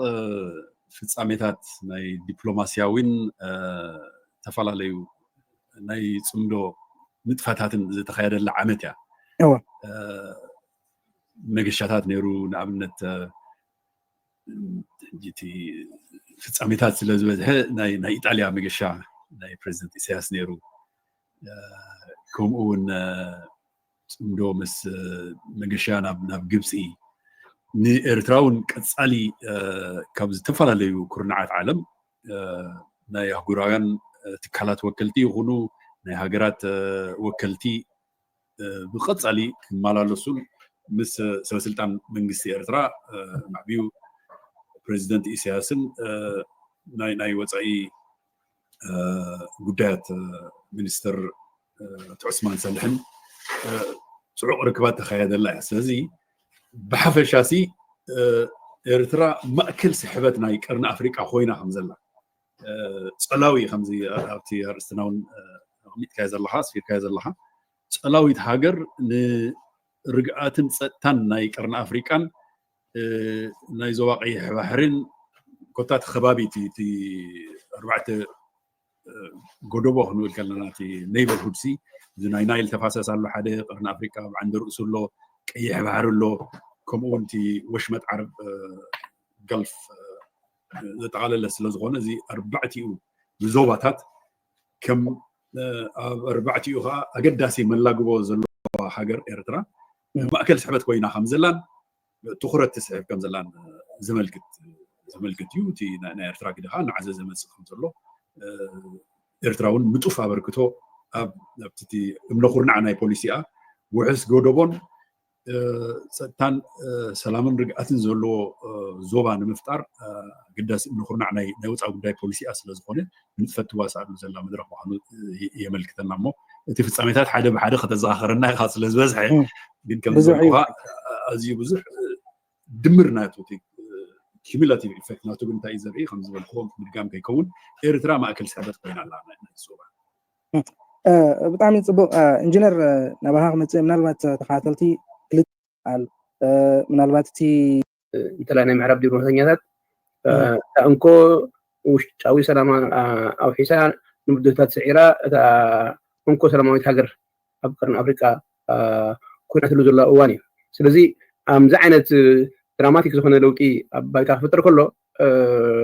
تي إذا نبرة هناك ناي عالم تي سمدونا عالم مسيرترا بيزنس از يوجوال خونا كلني ناتو نزي إرترا زخرتو بعزون نتي نزي قبل علي أزمة بري قداي هون كله حسابات سعيرة كم حنت حيال هاجرن وشتاو ست منزل لوا وشتاو سلام منزل لوا موها زي راح يكون عجون أنت هنا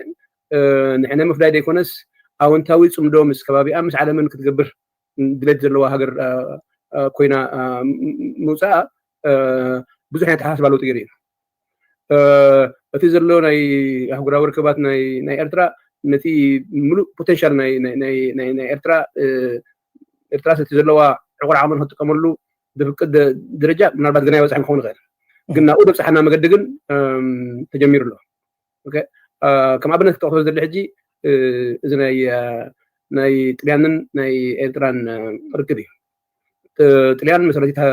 هاجر ناي حبرة أوروبا بوليسيناتو أبيرتران تكمل برا فلتينا تليان أبالنا مثلا أبالنا نيتو يا نيتو هانتاي مالت مخانو مسارحنا أمريكا مخانو فلتينا بقولها حفشة أتعت سموات أنا حكم زربا ناي بحكي عمته إسرائيل 4 جام كجبر كله كابت زبلوز أنحو فليز بله ريتو ويون حسابا لأني مالتها يكونن جن إذا عمت زيا كابز حلف عمتات بفليز بله إرترا بزح زر نجارات سجبرت اللي عمت كنا بالنخلينا بكل مداي مالتش بعينه دبلوماسي تراي كري وخلو تراي ديكونس ولا بمداي كتباون كريا خلنا أبي إرترا بزح صبو نعبنت ناي تسعات مكيار استجبرلو ويون إنفستمنت تبعات زر لزلو أفتعل كنتات وين تقولنا بوجن هزبي بوجن تمنسي بوجن تي ناي السفر عليه من قد تدرى أنا إرترا بزح صبو زرقات ولا عمت كابونا أبوون زهاجر زيا لعلو كله رقعتا أو حيسا كاب كله زنبرا بدوهتات وتيا نقد 100 قصة كتمت نايلم عاد بروجكتات كتتكبر تفتنوا له زل عمت كويني دي سمعك كوينات سمعنا بكل مداي دما عمت عوت والنيرو إرترايان ببزحي أبعالاتو يخون أب سبورتي يخون أبكاله بزح لوتي زت ترى يلا عمت يا بو مقان كريا خلنا بعلم درجة أبتي دبلوماسيا وعالم بزح نجار جيروميا بزح نجار ترايو كنا بالنغل ستيل جن 2025 أتازع عبيت عمت كت كوني ناتس بيت نجبر زبز حسبون مزياناتي دي سما مع كويني سمعني عمت إسرع حمشتن أتاق عندي أقداسيت عمت كت كون يناتس بيت نجبر زلنا أتاب إسرع 4 تجميرو زلو نجارات نهنت يقول نيكال زيادة زدفع له كنري لعلو كل دما بمنجد توريزم زي قطعتنا بحجرهم بملاس رادي كونس ناي وفري إرتراويان أبتعدهم مسيوم كوفروا له زغلو إرترا دما نوفرز عندهم بوليساتات تغيروا له أب أمريكا زقبر زلو مكيار ناي بريزيدنت ندما نتابع إرترا وريدو زلو الجدا نكل عال مدرخ زفتروا له ويون إرترا بتي تقبروا زلا دبلوماسياوي صوتان مدون نعونا قرنت الجدا أليا نابتكو تباوي لمعات قسقاسي نتليان بروجكت تاديوم كامباين تاديوم كاتو نا تشاينا ديو زيادة وفرناتون صفحاتناتون كوحس قبت أيان كامباين تاديوم كموتسو مسعودية زقبر زلو شركة ندي كخول مسكالو تاقرات زفتن زلو كل نجر مغازي قطات إيرتراويان لما كافسفل عليه كونتات مزيوم نتو كونتات نتمع بالي نتزقبر زلو سقمتي نقد ميزدو فولا عمد كخول تسفى نقبر فتغين باتي 2024 إسرع 4 حانت كابتن نبزو حزب إيرترا حقوس ذهبت ذا السراسرتنا ببنيام ديو بهنوك ديو بامان إيل ديو بمرهاو ديو بخلاتهم رسعيهم زلو خنت اللوتهم العشتون انتخون بخلاتهم بسبورت كان ريا خلنا مالتي بكريستينا بمحمباس أبويا كون كله أبكال دما ألكسندر يساق ديو كمون علي مثلا بإثيوبيا تازلو بكل من قدي بزح زحقوس رهنا له أو اشتعد ما بزح معبالتاتن تبقسون هاي سبونا جر زتعزمنا له عمت سلسلة برينا بحكي زحقوس عمتي نيرو عمت إسرع حمشن دما زبالة عمت كتكون لنا إن تمننا نحن دما بزكى لنا أنا كم نفسي بزي channelنا جدرار دما زكى لنا زجبرنا له عمت ونيو من البعض بزح كجبر زجبو بزح زقود لنا جر كم زلور ديو جن بعاق من دما نفتزلو سبونا عدنا أبزرهم لجزء كمون بعلم درجة زجبر زلو لوتي نبي جزء خيط كم زلو من سياتنا دما حد النوتو نخطر تاريخه نخفلت تاريخه نكخبر حد النوتو نكأكب مسحقرو دما وهدت نخفتر أوشتو زلو نخطعمو نسخاد الجزء اللي خان نختدالو بحنقول كان بأكل كان نخبقس كحجز زخل زبالنا تحسوتات نغرب نحلفنا طيب حكي حجز ذهبت النعمت يعني رانعي ملو يكبرو أب كنياتنا حدش عمل سلزلنا ንዑዝ ምልከት ኣመዛዘም ክገብር ክፍትኔ ክሳብ መወዳእታ ድማ ምሳይ ፀናዕኩም እናመስገንኩም ናይ ሎም ኣርእስቲ ኣብዚ ጉዳይ ላይክ ግበሩ ሰፖርት ግበሩ ናትኩም ትምኒት እውን ኣብ ኮሜንት ሰክሽን ግደፍ እናበልኩ ብዚያ ጠምቲ ደርፊ ክገጥፈኩም كمخ عينت قرطويلا كويت بلد مسمس بالفتم زتبكلت من مولا كمخي عينت مع رأفال وزملقات كوتشافنا بجفافكم زتتنكفلت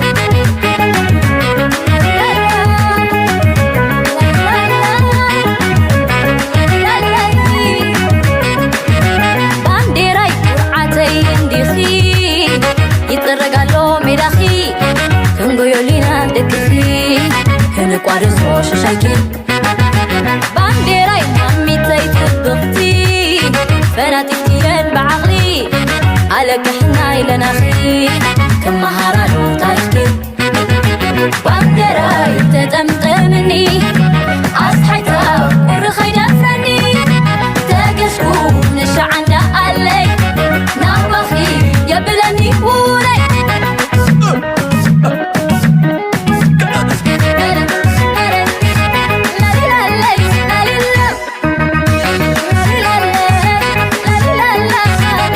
من مولا كمخ عينت قرطوي لك ويتبلت مسمس بالفتم زتبكلت